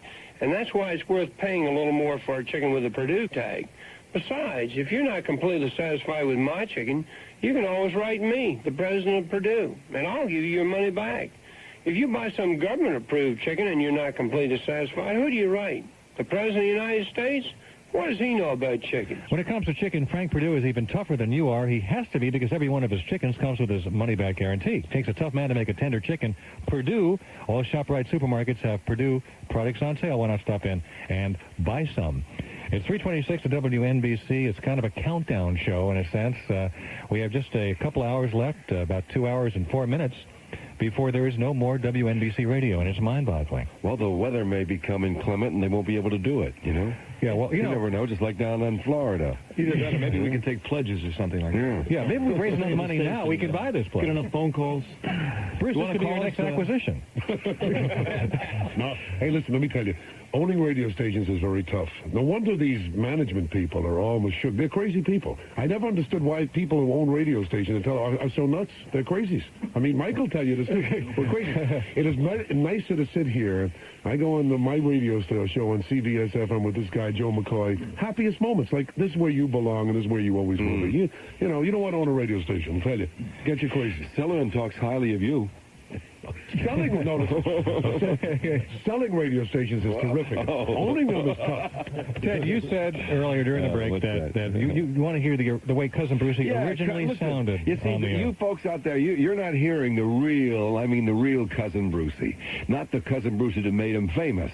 And he's grown and matured, so I guess maybe he doesn't want to do it. But no, I do want to do it. I can't. My body can't handle it. Well, I know it can't. And all I want you to do is to just pick up a piece of copy or something and do the original Cousin Brucey. Now, you want a couple moments? I'll do it. Let's say I'll do one. In those days, we sold, especially on this station, we had a National School of Home Study, a trade, and we had Blementine a go-go. Remember that? It was a blemish remover. And I said something. I will go take you back now. It's 1900. Now, really, do it the way you had. I'll just go 58, 59, all right? Okay, yeah. Great golden year. Hi, everybody. Here I am. It's your Cousin Brucey. Hey, listen, I know everybody out there has a lot of pimples, but forget it. Cousin Brucey can get rid of those pimples. Yes, I can. Yes. It's a new product called Blementine Go-Go. And I'll tell you something. If you give me 3 days, I'll get rid of those pimples. Blementine Go-Go. 3 days, money back, or your pimples back. This is your Cousin Brucey. And now, here's Chuck Berry. Yeah. I love it. That destroys your body. What year did you reach puberty, Bruce? My last contract with CBS FM. Actually, you have really molded and refined the act and made it very contemporary for 1988. Well, you had to. You know, interesting. We had Bob Pittman on a few moments. Yeah. And, you know, he probably had a point in his head. He had a point, and things were changing. The 70s came along. Teddy, we went through this, you know. Yep. Alan was too young. He doesn't remember this thing. And, you know, things were changing. The music was changing. When I first started with guys like Freed, I sounded like the music. The music was there. Bum, bum, bum. So my Cousin Brucey thing was, you know, like the music. Here comes 1970, and wow, what happened? Someone pulled the plug. I don't know what to do anymore. I didn't sound like the music. I was not comfortable with the music, right? I had to leave. I couldn't do it. Now we're in the 80s. Everybody loves what Cousin Brucey's playing on my shows. Everybody's the Dirty Dancers and the La Bambas, and everybody's using our oldies, the so-called oldies.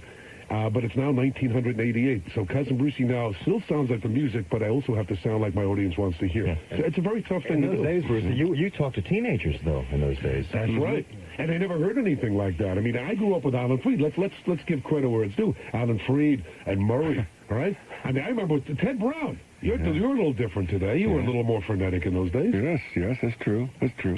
Also worked with my wife then, too. That's right. Ted Brown the redhead. Yeah. Didn't Bob and Ray do the morning show here?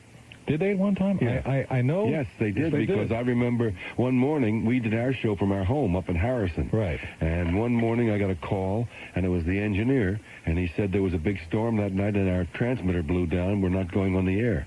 And I leaned over to my wife in the next bed, and I said, "We'll be on the same bed on radio." Better be careful what you say. No. Will do a book on you. Maturity does that to you. And I said, hey, we don't have to go down. We had a basement studio. And I went back to bed. I went to sleep, and I woke up and I said, wait a minute, I didn't hear any wind. I didn't hear anything. What is he talking about? Transmitter. And I had an engineer who came, had a key to the house and came in. So I put my robe on, walked downstairs, and I said, hey, we're not going on. The transmitter blew down. It was Bob and Ray who got my number. And you know how they can sound just like whatever they want to sound like? He sounded like an engineer that I just knew it was an engineer. And he called me an hour before, and they said, we'll tell him it blew down and he won't go on. And I just about, it really nearly happened. And then I didn't know who did it. I don't know. And later they couldn't stand it, so they called and they told me who it was. It was really brilliant, though. We darn near stayed in bed and didn't come down at all because of Bob and Ray. In fact, Clavin and Finch went on a half hour after Bob and Ray, and I went on after Clavin and Finch. And so I was driving down that time, but that was before doing it up in Harris, and I'm listening to Bob and Ray. And Bob and Ray says, hey, your brother-in-law, the one with all the tattoos on his body, is he still married to your sister? And says, no, why? Well, she divorced him. Why? Well, she'd seen the picture. Okay, so that's one time. Then I switch over after the news and to Clavin and Finch, and Clavin says to Finch, hey, is your brother the one with all the tattoos over his body? Does the same joke. He'd been listening to Bob and Ray too. I got on and said, I'm going to tell you a joke's been told on 2 different stations this morning already. So now I told the third joke. It was much more camaraderie then too, by the way. I'd leave at 9 o'clock and go over and spend the last half hour at NEW with those 2 guys, and so it's a different kind of radio. Let's go to our telephones now and say hello to Larry King, who has joined us this afternoon. He's going to be on WNBC, I think. With us in the studio is Ted Brown is here, and Cousin Brucey is here, and we have just a who's who of radio broadcasting in the studio. And Larry King, I'm glad you could be with us. Thanks, Alan. I'm glad I could be with you, too. I'm talking to you from Midway Airport in Chicago, where I just was the MC of the Chicago Radio Broadcasters Annual Windy Awards. They just give out their awards for the best in radio. And I wanted to, in fact, you were talking about this today. Someone said it's at 5, is it 5:30 today? Yeah. 5:30 is the time that WNBC ceases to exist. Yeah, someone mentioned, I think the general manager of WBBM, I was talking to him for his interpreter. All general managers should deal with interpreters. He mentioned that at 5:30 today, there's never going to be a WNBC? There will be not only not a WNBC, there'll be no radio broadcasting from 30 Rockefeller Plaza. Think about that for a moment. Is Cousin Brucey there? Yes, he is. Well, he's got the money. What if we rented space? Why can't we take WNBC as a call letter? Larry, I'll tell you what. Where are you going to be tonight at 8 o'clock? I'll be at the CNN studios. I'll call you. All okay, right? we make a deal. We'll let Colmes go to work first. Well, listen, so why can't someone use WNBC, by the way? Well, because NBC they have not sold the rights to the call letters along with the station, and they're going to retain rights. I thought with this FCC, which is really dumb as you are, anyone could take, there's a WJFK call letter in Washington. I was thinking, how's it sound, WNBC, Little Rock? Yeah, that's right. Why can't a station in Little Rock take it? Yeah. You never worked at WNBC. I know you grew up in New York, though, and certainly listened to the station, and you are so much a part of what radio is now that I wanted to have you with us. And maybe you can reflect for a moment about the history of NBC Radio and what it's meant to you growing up. I remember when it was, WEAZ? EAF. EAF. Well, that's when I first heard it as a kid. It was WEAF, and it was the Red Network and the Blue Network, and I guess EAF was the Blue Network. And, NBC split off. ABC was eventually a split off of that, wasn't it? Right, ABC was the Blue Network, and this was the Red Network. EAF was the Red Network, and it became WNBC when? Do we have the dates? Do we know exactly the date?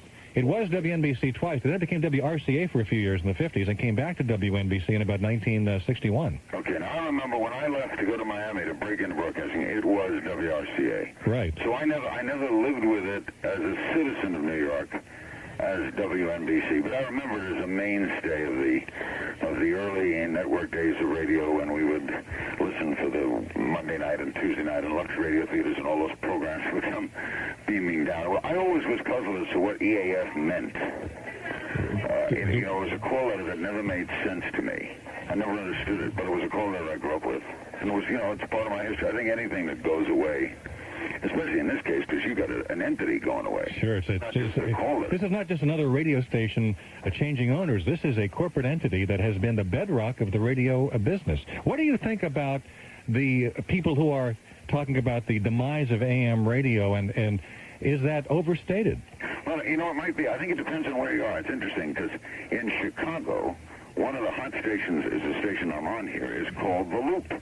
And WLUP was WCFL. I mean, WCFL is a 50,000 watt, 1,000 on the dial. Mutual couldn't make a go of it. They sold it. It was a religious station. And then WLUP FM bought it. And what the guy did was take his top personalities off the FM station, who were number 3 in the market, and put them on in drive time AM. Gave them a piece of the station, which is unheard of, and they're now the hottest station in Chicago is an AM station. Then they're called The Loop, and if you say The Loop now, people think AM because they took the major personalities and put it on AM. This guy named Joe DeCastro is the general manager, so he would be an unusually creative guy. At the recent radio conference, all the discussion was that all AM will be is sports. The owner of WFAN was one of the more discouraging about AM radio. I got the impression from him, we did a panel show, that he was a little sorry to get into it. Are you discouraged about it? No, because I think I just have it unique. I think I just have a unique place that AM radio, the one thing they all agree on that AM will do well is talk. And it's the one thing AM can do well is bring information and talk. So in every market, there will be always an all-news-talk station. So there's always a place for it. The problem is, how do you get people to come to it? Like, my daughter is going to be 21 years old. I would bet she has never heard an AM radio station. Yeah. Except if she listens to my show or something. Well, she has no idea what AM is. Hopefully when the FCC approves one system for AM stereo, will sound as good as FM, and there'll be less disparity between the way the two bands sound. Larry, thank you for taking a few moments out to talk to us on a historic day. And best of luck to you. Best of luck to everybody. And Brucey, I'll hear from you tonight at 8. We hire Colmes. We make a go at it. Brucey just walked out to do an interview with Roger Grimsby, but we'll talk to you soon. Thank you. Good luck, Larry King, ladies and gentlemen. It's 3:37 at WNBC. Things are getting a little tight here at Grossi Cadillac and Oldsmobile. We have too many 88 Oldsmobiles and Cadillacs, and the 89s are pouring in. So if we don't move a lot of cars in a hurry, we won't have the room to breathe. That's why Grossi is offering the most dramatic discounts in their 16-year history. Right now, you can breathe a whole lot easier at Grossi, with savings up to $4,000 on leftover 88 Oldsmobiles and up to $5,000 on leftover 88 Cadillacs. So if things have been a little tight for you, hurry to Grossi, the largest Cadillac and Oldsmobile dealer from Fairfield County to Manhattan. You'll breathe easier with our most dramatic discounts of the year on every remaining 1988 model, plus special introductory savings on every new 1989 model, now on display. Remember, for the lowest bottom line price, there's only one man to see. Grossi Cadillac and Oldsmobile in Greenwich, 53 West Putnam Avenue, off exit 3 on the Connecticut Turnpike. Item, 4 months ago, the cost of living plummeted in Middle Village, Queens. Item, 3 months ago, the cost of living fell dramatically in Spring Valley, New York. And now in North Brunswick, New Jersey, the cost of living has reached an all-time low. Why now? What's going on? What's happened to reduce the cost of living? Simple. In each of those places, Pergament has opened up a giant new warehouse home center offering the lowest prices on everything for your home. You've got to see it to believe it. The cost of painting and finishing your house just fell because Pergament is offering leisure time spray paint in all popular colors for just $1.89 and a gallon of CWF clear wood finish for only $14.99. Nobody beats these prices. So check out our ads, check out our circulars for the guaranteed lowest prices in town. Then come in for our giant sale. You'll shop with confidence, knowing that at Pergament, you get everything for your home at the lowest prices. Book 'em, Sarge. Another peeping Tom. I was just looking at their Anderson windows. Listen to this nut. Goes to the Browns' house, asks to see the Andersons. Now you can look through the windows in some of the finest homes in the area without risking public embarrassment. Interstate and Lakeland Lumber's new Anderson Window Showroom at 31 Purdy Avenue in Portchester features full-sized architectural displays of Anderson Window's most popular models. For over 65 years, successful builders and homeowners have come to Interstate and Lakeland for the finest products and services. No wonder we've become your headquarters for Anderson, America's best-known name in quality windows. Our wide selection, competitive prices, and helpful sales staff make it easy to pick just the Anderson window you need. We even offer immediate delivery. So feel free to look through the windows in some of the area's finest homes. Sorry. In the safety and comfort of Interstate and Lakeland Lumber's new Anderson Window Showroom at 31 Purdy Avenue in Portchester. We're your Anderson Window headquarters. And now, add age through the ages. The year is 1758. And you, sir, are... Caleb Josiah Smith, town crier extraordinaire. Well, you have a very nice voice. That's what you need in this media game, and here's what else you need. Ooh, advertising age. I used to yell 7 o'clock and all's well. Oh, no sponsor? And no buck. Then my company ran a campaign in ad age. I said, hey, Mr. Agency Person, now's the correct time for your product to make a big noise. And the results? Ad age gets through to more advertising people and more of the top people in the ad community. Clients poured in. So what do you yell now? It's 7 o'clock and all's well at Jebediah's House of Powdered Wigs. Much better. Stay tuned next hour for news headlines brought to you by Cobblestones or Us. Well, sounds like ad age really did the job. Hey, there's only one thing that can stop me now. Ooh, what's that? Laryngitis. Ad age, where advertising lives. Paul Bunyan? You want to step to your left a couple feet? Thanks. I guess all this street shopping really works up an appetite, huh, big guy? Righty-o. In fact, right after I level Wisconsin here, I'm going to drop by the International House of Pancakes for breakfast. For pancakes? For the whole menu. Oh. 6 or 7 of those big International House of Pancakes 3-egg omelet, dozen waffles, blintzes, crepes. You know they got more variety at breakfast than Minnesota's got lakes. And those pancakes? Lots of them. So you'd recommend the International House of Pancakes for good food and lots of it? Well, let's just say it beats the egg off one of those wimpy little fast food biscuits. Nicely put. Yeah. Say, babe, how about a thick, juicy steak and eggs? Oh, you don't want to go teasing the babe. All right. Now get an all-American country ham and egg special, including orange juice, hash browns, their famous buttermilk pancakes, all for $3.99. Served Monday through Friday at the IHOP nearest you. The traffic is brought to us on WNBC by... Make sure I say that clearly, huh? By 9X Mobile Communications. Hi, this is Don Cricky. Here's why you should have your mobile phone installed at a 9X installation center. 3 hours? Harry's Phones on Wheels can do it in an hour. Sure, but we fit our mobile phones to you, not the other way around. You mean 9X does a custom installation? Absolutely. Look, reach out with your hand. Yeah. Is that where you be picking We make sure your antenna is mounted correctly. Put the transceiver where you want it. Tuck wiring under carpets and moldings. And hook up the power to your battery, not your fuse box, for safety and better reception. 9X gives you a custom installation and full warranty protection. Wow. What's that thing? Our electronic test unit simulates actual calling conditions on your mobile phone. And will give you a printout of your phone's performance. Visit your authorized 9X dealer today and get your mobile phone custom installed at a 9X installation center. Call 1-800-443-BELL or look for us in the 9X Yellow Pages. For mobile communications, the answer is 9X. And now here with the latest in the WNBC Traffic and Trans Network is my very good friend and colleague and a cherished companion on the air, Judy DeAngelis.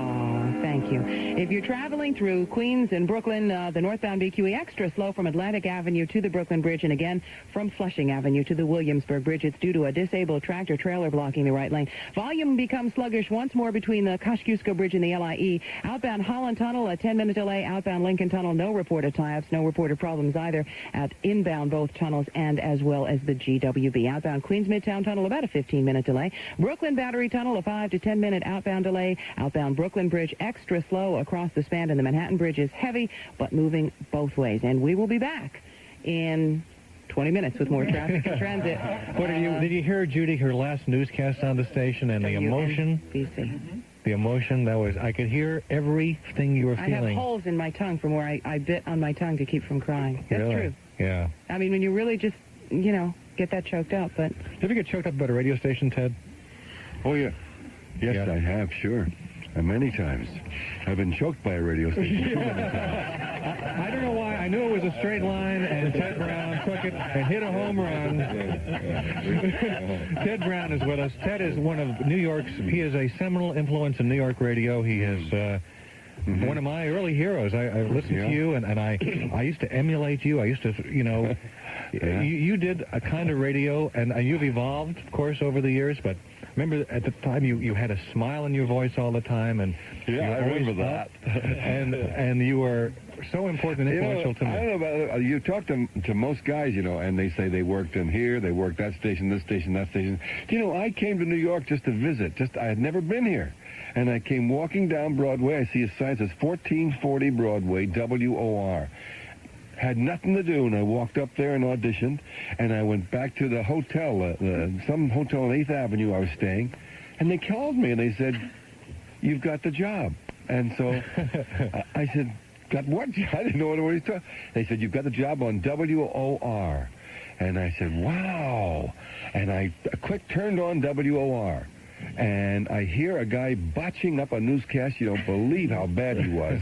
And he said, "John Gambling speaking." I said, "Goodbye, John Gambling. I'm taking your place." Do you know, this is the truth, you couldn't even say hello to John Gambling unless he gave you some kind of signal or sign that he wanted you to say hello. That's how strong that man was at OR. Well, and then I stayed ever since. I was reading a book recently about Howdy Doody. That's right. Do you know about his... He was Buffalo... Buffalo Bob will be with us later. I know, that's what reminded me. I was Bison Bill. He played Bison Bill for a while. That's right. Yeah. That must have been unbelievable. It was crazy. It was marvelous. Well, the fact is, I was doing a show on NBC radio. It was the #1 rated show at 12 noon. It was a quiz show. It was a show, what was it called? I forget. But anyway, it was during just before the McCarthy hearings. And it went off because preempted and never came back. But it was for Colgate. And during I'll never forget it, during one of the, tape 3 of them, in a row. And after the second one, we had these girls with the sweaters and C and all that, and we're taking bows to applause. And as she was bowing, she said to me, "Of course, Bob Smith had a heart attack." I said, "Yes, applause, applause." And they're looking for someone to take over until he gets better. I said, thank you. And I called my agent, and I went and I auditioned. and by golly, I did it for about 1.5 years as Bison Bill. It was really a crazy show. I hope he'll be here later when we talk to Buffalo Bob. We'll see. He's got stories unbelievable. Yeah. Really Cousin Brucey is with us today. Joe McCoy, who was with the CBS FM and gave Brucey a big break when he needed one to come back to the station. Here this poor man was sitting out there owning radio stations and not knowing how good the life was behind a microphone. And, we went out there to talk to Brucey, and we tried to talk him into doing if you can believe this, a man who probably doesn't have to work in radio, but to come to CBS FM and work every Saturday night live to do 7 to midnight. Well, he looked at me, I guess, like I was crazy. But he said, "I'll tell you what, I'll do one show a month for you." So I figured, okay, I'm in dire straits, one show a month, and I'll build around Cousin Brucey. And I think eventually what happened was Brucey got the fever. How long were you out of radio, if you will, off the air in New York when I came out? For about 5-6 years? 6 years, Bob Silverman and I owned radio stations, right? He went from Marconi to Silverman. That's right. So he was playing program director out there, national sales manager, local sales manager, and did the remotes. Right, out in Jersey. But Joe, now you are actually in line you are his boss. He is. Right. So how do you go and tell Cousin Brucey what to do? Well, very simply, he sits in my lap. I have a Louisville Slugger that was willed to me by Mickey Mantle, and I tell Bruce, actually, he's a very easy person to work with. Sometimes I will say things to him jokingly, and he will say, "You're really serious, aren't you?" And I will say, "Yes, I am, Bruce. The commercial is 60 seconds. It's not supposed to go 75. And but he promised me a talk show, I said. On the phone right now is Marv Albert. Marv Albert. Hey, Marv. Hi, Marv. Thank you. So all my heroes are there, Alan. Thank you very much. It's nice to have you with us. You were part of the conversation station. You did a sports talk show here. You were sports director of WNBC. And I don't know if I feel comfortable talking to sports people today, but you were a big part of this radio station. Well, that was early 70s when the Knicks and the Rangers actually went from WHN. So we've gone full circle. It went from WHN to WNBC, and then, of course, it will be back at WFAN. And I hosted a nightly telephone talk show along with doing the games. What are your special remembrances of WNBC? Actually, my most memorable time was when the Knicks won the championship back in the 69-70 season, and because of conflicts with baseball, the fifth game of the Laker championship series, which was one of the all-time memorable games because that Willis Reed got hurt, and the Knicks went to 4 different centers against Chamberlain, and somehow with guys 6'5" and 6'4" playing at center were able to beat the Lakers. And that game was farmed out to WHN, and rather to WNBC. And I can recall giving twice WHN station breaks on WNBC.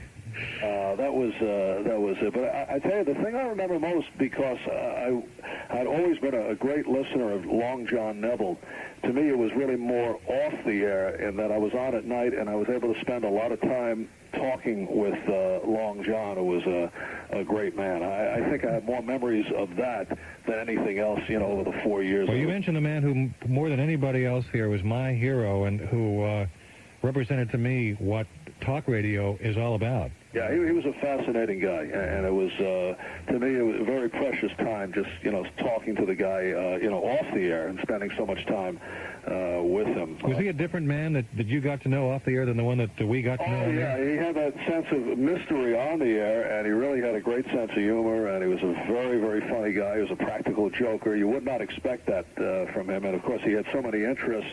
He was so widely interested in so many areas. WNBC 66 WNBC.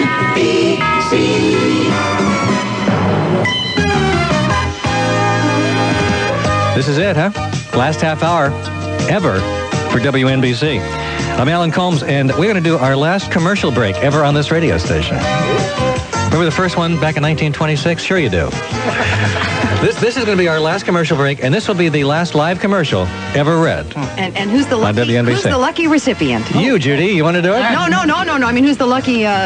Sealy Dial Mattress, yeah. Sleep on it. Now, here's the deal. You call you call them up, and they deliver a mattress to wherever you are within 2 hours. Even Shea Stadium? Yeah, that concrete get kind of tough, and I hope Imus... Well, never mind. Imus and Pete Franklin will be out at Shea Stadium, and they will be taking things... Wait a minute. He couldn't leave. He couldn't leave. I knew Bruce, it. what happened? I went downstairs, and I started crying a little bit. I said, I can't leave him alone. Alone? Come back. But look at what it's doing here. Can you get a cab, huh? Well, I'll tell you what it is. Can you call me a cab, Alan, please? If anybody's listening in a taxi, please. Cousin Brucey, it's very hard to pry him toward a microphone. He's hard to drag out of his shell. I'm so glad that we could do this today. This is the very last live commercial ever on WNBC. And it's for Sealy Dial Mattress. Isn't it interesting to talk about going to sleep? There's their symmetry in the universe. They've slashed their prices on an incredible selection of Sealy bedding. You can save up to 60% off department store regular prices. They're one of the largest selections of Sealy mattresses in box springs in New York and New Jersey, and they specialize in service. Just call them anytime, Monday through Saturday, 7:30 a.m. to 9 p.m. Place your order. Within 2 hours, you'll have a Sealy delivered to your home.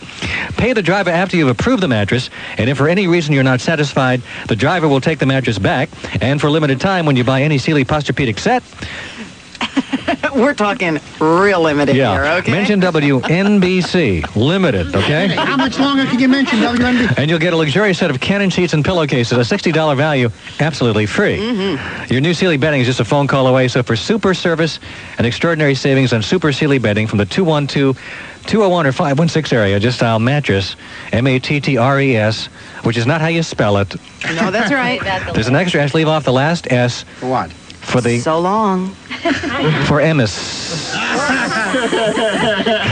5:12 at WNBC. Alan Colmes. Boy, look at the time. Look, we can do this grocery shopping fast if you help me. I'll get the TV Guide magazine. TV Guide magazine. Fun to read, tough to put down. The best thing on television. You know, for the next 12 minutes, we're commercial-free. WNBC. And with us, Judy DeAngelis, of course, Mike Harrison from H&H Broadcasting, a seminal influence in progressive rock radio, coined the term AOR. He went on to work with Billboard and one of the original editors of Radio and Records, with a kind of an overview here this afternoon. Sandy Teller from the Long John Neville Show. Rory Rosegarten is here. We have Jane Gennaro is with us. Jane Gennaro, ladies and gentlemen. But let me get, before we talk to you, Jane, let's go to the telephone and say hello to Gabe Pressman. Hi, Gabe. Hey, hi. How are you, Alan? How are you? Nice to have you with us today. Well, it's a mixed. I have mixed feelings about being with you. I feel sad. We all do, and it is mixed feelings, and I'm sure you have some special memories about WNBC. Yes, I remember the first day I came aboard, which was November 8th, 1954, and how I ran around town with a little tape recorder, one of the earliest portable tape recorders that worked by muscle power. You had to wind it. We still use those here, you know. Do you remember the first story you covered? No, but I think it probably was a fire. Because in the early days, the network news department didn't know what to do with me, and I would have to sort of find out what was happening, and then run out and get it. I remember one day there was a bulletin that came over the wires, and they didn't pay any attention to it because they weren't used to having a local reporter, a reporter who actually covered news in New York. And I came in and I looked at this thing and I said, "My God, how long have you had this?" And the lead was Serge Rubinstein, international financier, has been found strangled to death in his Fifth Avenue townhouse. And the guy on the desk, who wasn't too hip about reporters, said, "Well, he's dead, ain't he? What can we do with it?" It was early. It was early on, and a lot of it was rip and read and relying on newspapers and rewrites of newspapers and wire services rather than putting our own shoe leather on the street. Boy, Gabe, I can hear in your voice the sentiment we're all feeling here in the studio right now about. It's so sad that NBC has decided to dismantle actually, GE made the decision to dismantle the radio empire. Yeah, well, I think those were important years when Bill Cullen had Pulse on WNBC, and when we really were the pioneers at WNBC in covering on-the-spot news in New York. It really was a new beginning. It's hard to imagine a time when there wasn't competition among radio and television stations in New York, but it was only 34 years ago, that existed, that we didn't have many reporters. In fact, the fellow who hired me, when I said someday there will be competition, he said, "Oh, get that out of your head. This is show business. You're just a gimmick." and actually, we have seen a growth of competition, and lamentably, we're seeing the end of a station that did stand for news in the earliest days in terms of that tradition. Gabe, you are just about the best reporter in New York, and I'm delighted to share these last moments with you. Thank you very much for talking to us today. It's a pleasure being with you. Thank you. Gabe Pressman, ladies and gentlemen. Cousin Brucey came back. He couldn't take it. He couldn't get a cab or something. You know why I came back. I know why you came back. Come on, you know why, and everyone listening knows why I came back. Jane Gennaro is here. Jane, you and I did traffic. You did traffic, and I watched. I like watching you, Jane. You like the way I said Kosciuszko. Try to get near a microphone, Jane. You know, that's why you haven't been heard lately. This is why Here you go. No, let Jane come close to me, Jane. Oh, thank you. Lean on my shoulder, Jane. I'd like to say Kosciuszko just one more time, since I never, and Gowanus. May I say, please, gridlock and rubbernecking with rubbernecking delays. Jane and her husband use these words regularly in their personal relationship. Judy, how are you feeling right now? Numb, I think. Yeah. I just, well, we're almost there. But anyway, listen, we shouldn't be sad. We should be happy. I don't know why the hell we should be happy, but we should be happy. I just want to say one thing. I don't care what anybody says. It is WNBC, but you're a hell of a person, and thank you for letting me have such a good time with you. Thank you very much. You're the best. Thank you. Let me say a few words to Peg Kelly, our Vice President General Manager. Yeah. Peg Kelly, ladies and gentlemen. No, you said you were going to say a few words to me, Alan. I said to you I wasn't going to say a few words. This is no time to clam up, Peg. It's been a delight working for you. You are a wonderful lady, and you've given me the creative freedom that any broadcaster dreams about. Oh, well, thanks very much. It was easy to do it for you, Alan. You're great. And this whole group is great, and I don't think there's one more person who could fit into this room. But everybody who's here belongs here, and the people out there standing by the glass belong here too. And well, we're celebrating in a way, as Judy says. Thank you, Peg. And Peg is the last Vice President, General Manager of WNBC, and I'm glad to have shared a few moments with you here on the air. Mike Harrison, what's going to happen to AM radio? Well, I think that this will be marked as a turning point, and I think it's going to make its way right back to where it belongs with exciting programming. I think this is an exciting program, and look at the lights. We do this every day, by the way. Look at the lights. Look at the lights on the phone. I mean, there are a lot of people out there listening to AM radio right now. By the way, this is all just a publicity stunt. Laurie Gadis put this whole thing together. How about Alan? How about a tribute to them, to all those people flashing on the phones, and all the people listening all over the metropolitan area who are WNBC listeners? That's a new listener, just born a moment ago.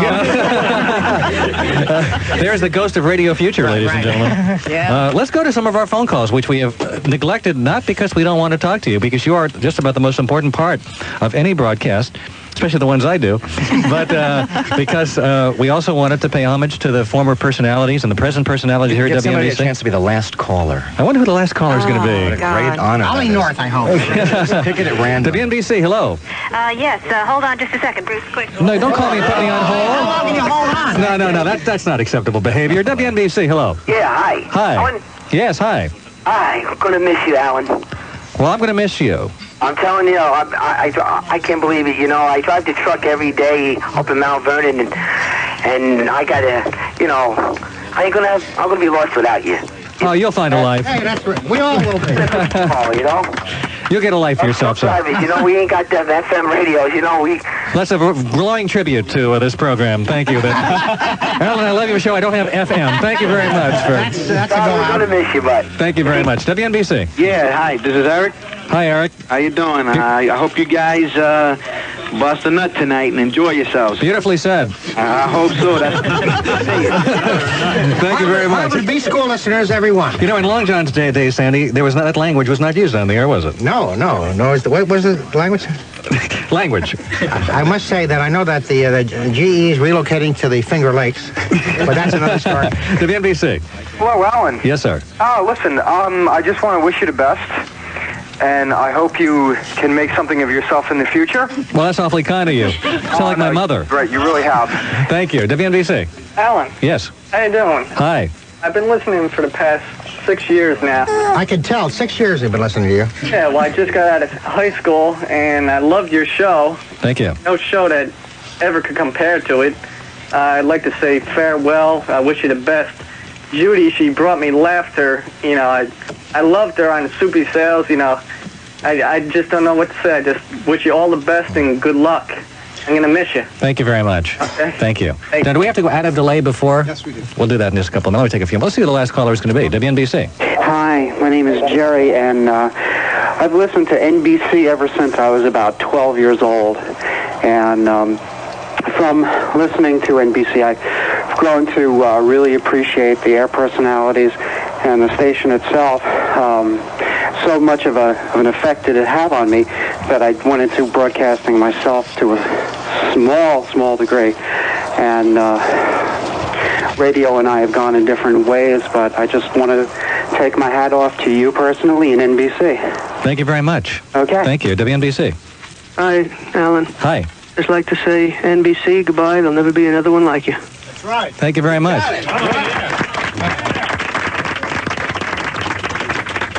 WNBC. 66 years and no blacks or Puerto Ricans at the final gathering. You suck out. Thank you very much. It's good to know. It's good to know that we haven't lost it, ladies and gentlemen. This wouldn't be a regular Alan Colmes show without a call like that. Your accountant. WNBC. Hi, Alan. Hi. Hi, I'm Michael. I'm one of your recent listeners, and I'm really sorry to see the station go. I want to ask Judy something. Go ahead. Judy, are you going to be able Judy, to... pull yourself together. Come on, babe. Yeah, go ahead. We're running out of time here. Judy? Yeah. Yeah, I was just curious if you're going to have a position in any other radio station. Yeah, unfortunately, it's going to be horizontal. Okay, I hope everything will work out. A woman can cry and crack jokes at the same time. It's unbelievable. Thank you. WNBC. Alan, I'm sitting here in my NBC T-shirt on my Oriental rug that I won on your show, and I wanted to say I love you and goodbye. Well, because you are a winner of WNBC. You didn't win WNBC. No one did. No one cares. But you're going to be our last call. You are our last phone call on WNBC. What's her name? What is your name? Get her name. What is your name? Pardon me? My name is Caroline. Caroline who? And I won tickets to Caroline's also. Okay, thank you, Caroline. Bye. Thank you. Let me just say a few final words, and we're all going to count down to the end of NBC. WNBC Radio, that is. You know, when I first broadcast on this station, it was a realization of a lifelong dream. But I never imagined during my first moments on WNBC that the last seconds I would have on the station would be the last seconds anybody would have. It's a historic moment that belongs not just to me, but also to every broadcaster who ever graced the microphones, every worker at WNBC who made this station great, and to each listener who's supported us through the years. I'm Alan Colmes. Thank you. God bless you. And for the last time, this is 66 WNBC, New York. Let's do the countdown. 10, 9, 8, 7, 6, 5, 4, 3, 2, 1. You heard the countdown. It's over.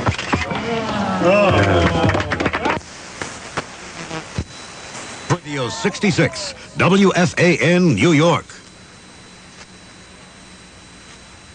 Sports Radio 66, WFAN, New York. And there came to pass a great change on the landscape, and the numbers 1050 shone, then faded into time, and there grew in their place the numbers 660. Amos saw and said, "It is good." Then there also grew at 660 the letters WFAN. Amos saw and said, "It is good." A courier appeared, Jeff by name, and beckoned Imus to Amos. And Amos saw and saith, "We'll cross our fingers." And the courier brought forth a candle to illuminate the way and proffered it to Imus. Imus saw and said, "No, you idiot, I said a Bud Light." I don't care if it rains or freezes, as long as I got my plastic Jesus riding on the dashboard of my car.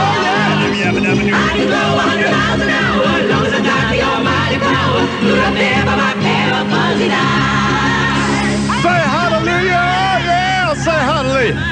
Hi, fans, it's Dr. Billy Sol Hargis, late of WNBC, joining you here this evening to announce the conversion has taken place. I'm a Jew. That's right. The right Rabbi Sol Hargis. Ain't no moss growing under these feet. The minute I heard the name of this outfit we'd be working for was Amos, the Hebrew word for truth, I said, throw me one of them Yamahas, pass me a lineup sheet, and call me Izzy. This frequency juggling's made me dizzy. Praise the wee one spinning in his cradle with his eyes bugging out saying, I'll air condition the first mother who calls up wanting to know what about the Rangers' left wing. Praise God. Yes, dearly beloved, the finest broadcast company the world has ever known now controls our destiny. And so, shalom oeve, I now bestow my blessing on this new enterprise. Because 17 years we worked for those other mamsas slaving, and what do we have to show for it? Schnee Bupkis. And so we go from the home of the hits to the home of the hits runs and errors. It sucks, but what are you gonna do? What any sports fan or sports figure's gonna do? Scratch your ass and pick your crotch. This all sports format's a damn death watch. But we're trading in our cross from the big boss man for one of them stars of Jerusalem. Amos is Hebrew, so we're moving out of Dixie. This was once 1050, but for you, 660. Say hallelujah, say amen. Imus in the morning. Sports Radio 66 WFAN.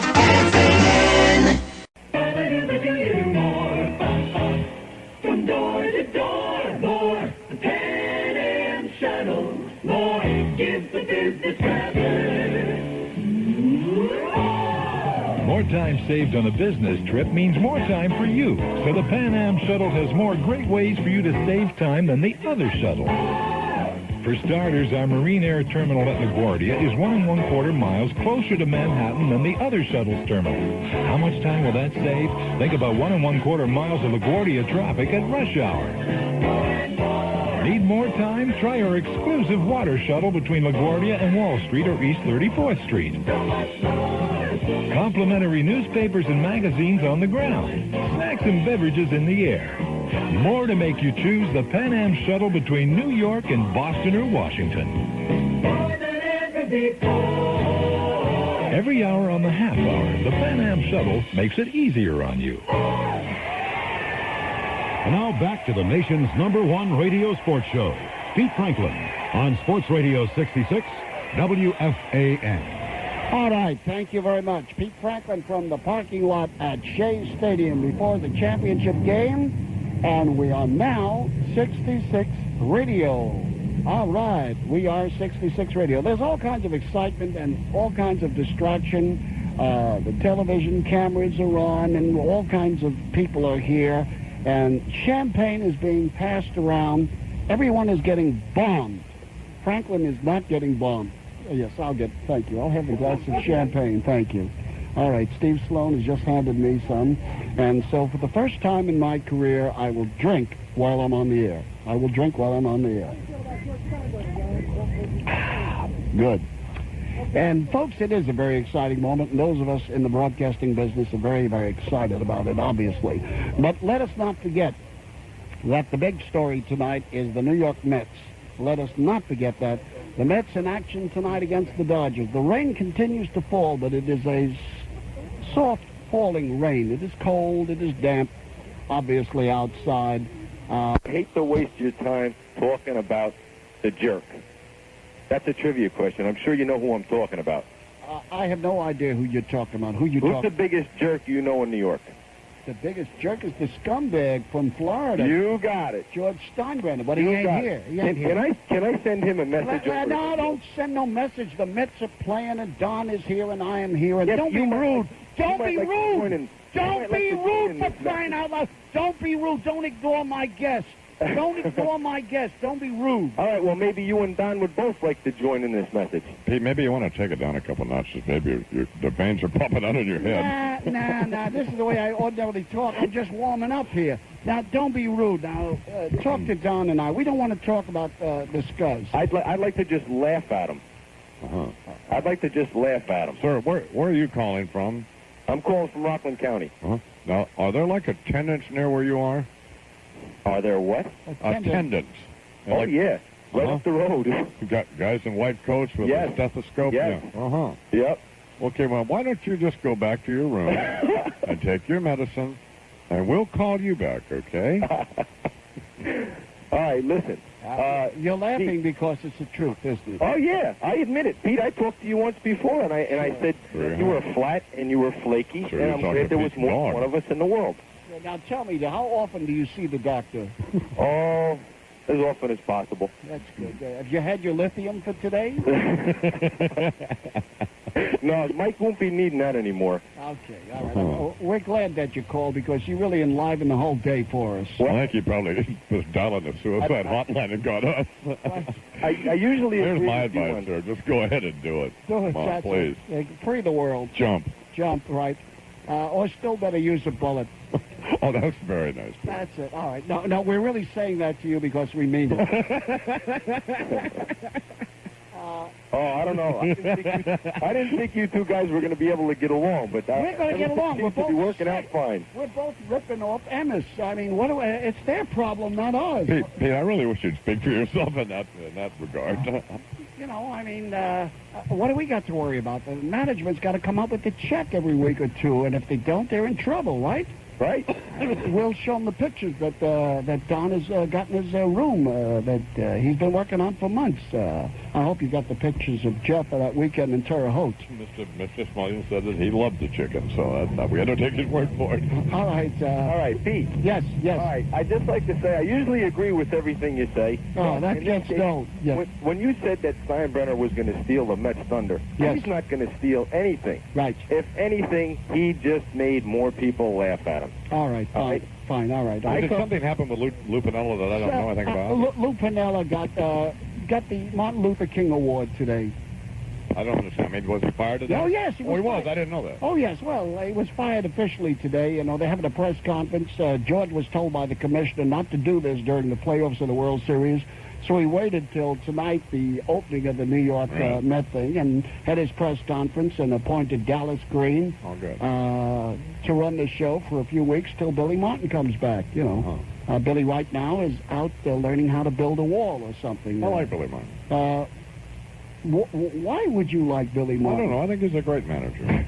I think he's colorful. He's an attractive man. All right. But, John, you get up early in the morning, and you got a problem, and you know what that problem is. And if you like Billy Martin, you really got a serious problem. But I'm not going to deal with you in sports, Don. You got enough to worry about. Crying out loud coming over to Queens. Are you there, caller, or have you mercifully left? It's gone. Thank God. All right. Now, what do? We take another caller. Oh, fine.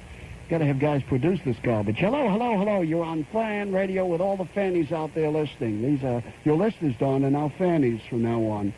Yes. This is Fanny Radio. Imus in the morning. He's on in the afternoon, only because it's raining and because he had to come down here. All right, go ahead, please.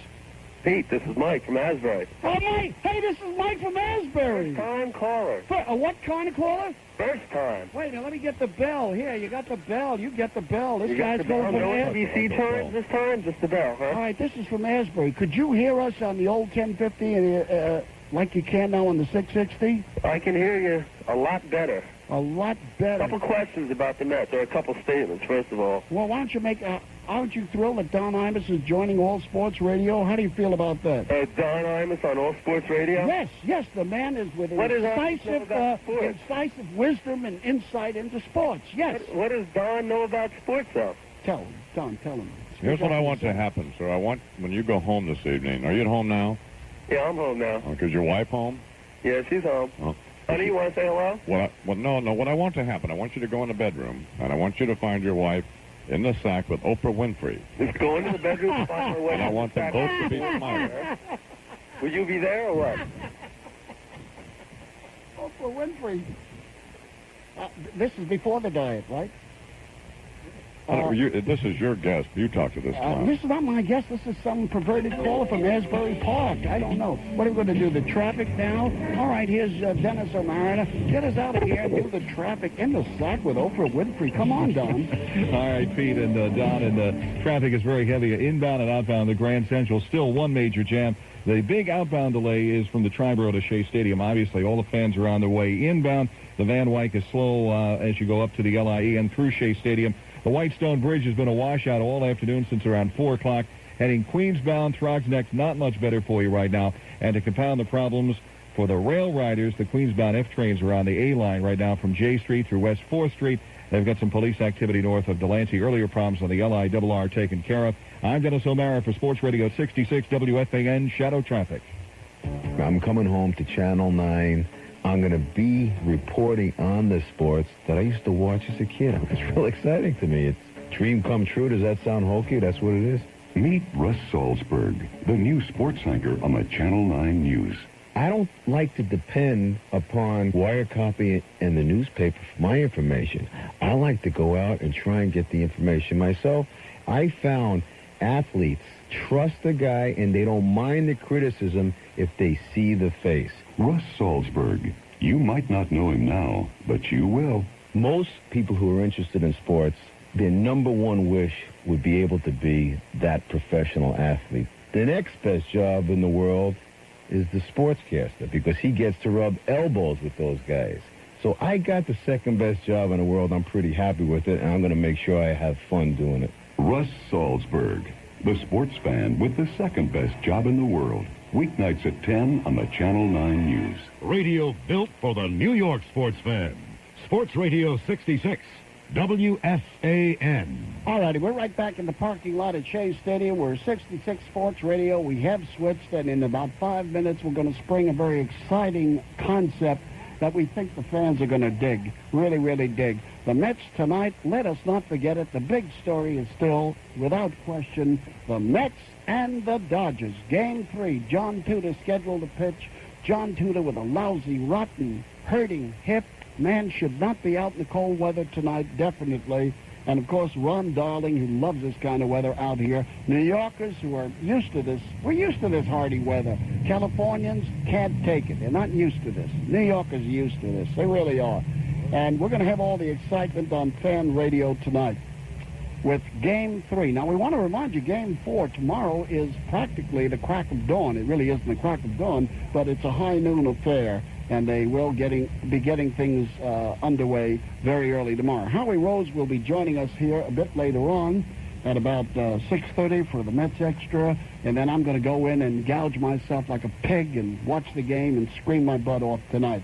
All righty, you're on Sports Radio 66, Fabulous Franklin. Again, our thanks to Don Imus. I guess Don's gone, right? Don's gone. All right. Say goodbye. He didn't even say goodbye. Hey, what the hell is this here? The man just vanished. Oh, it's all right.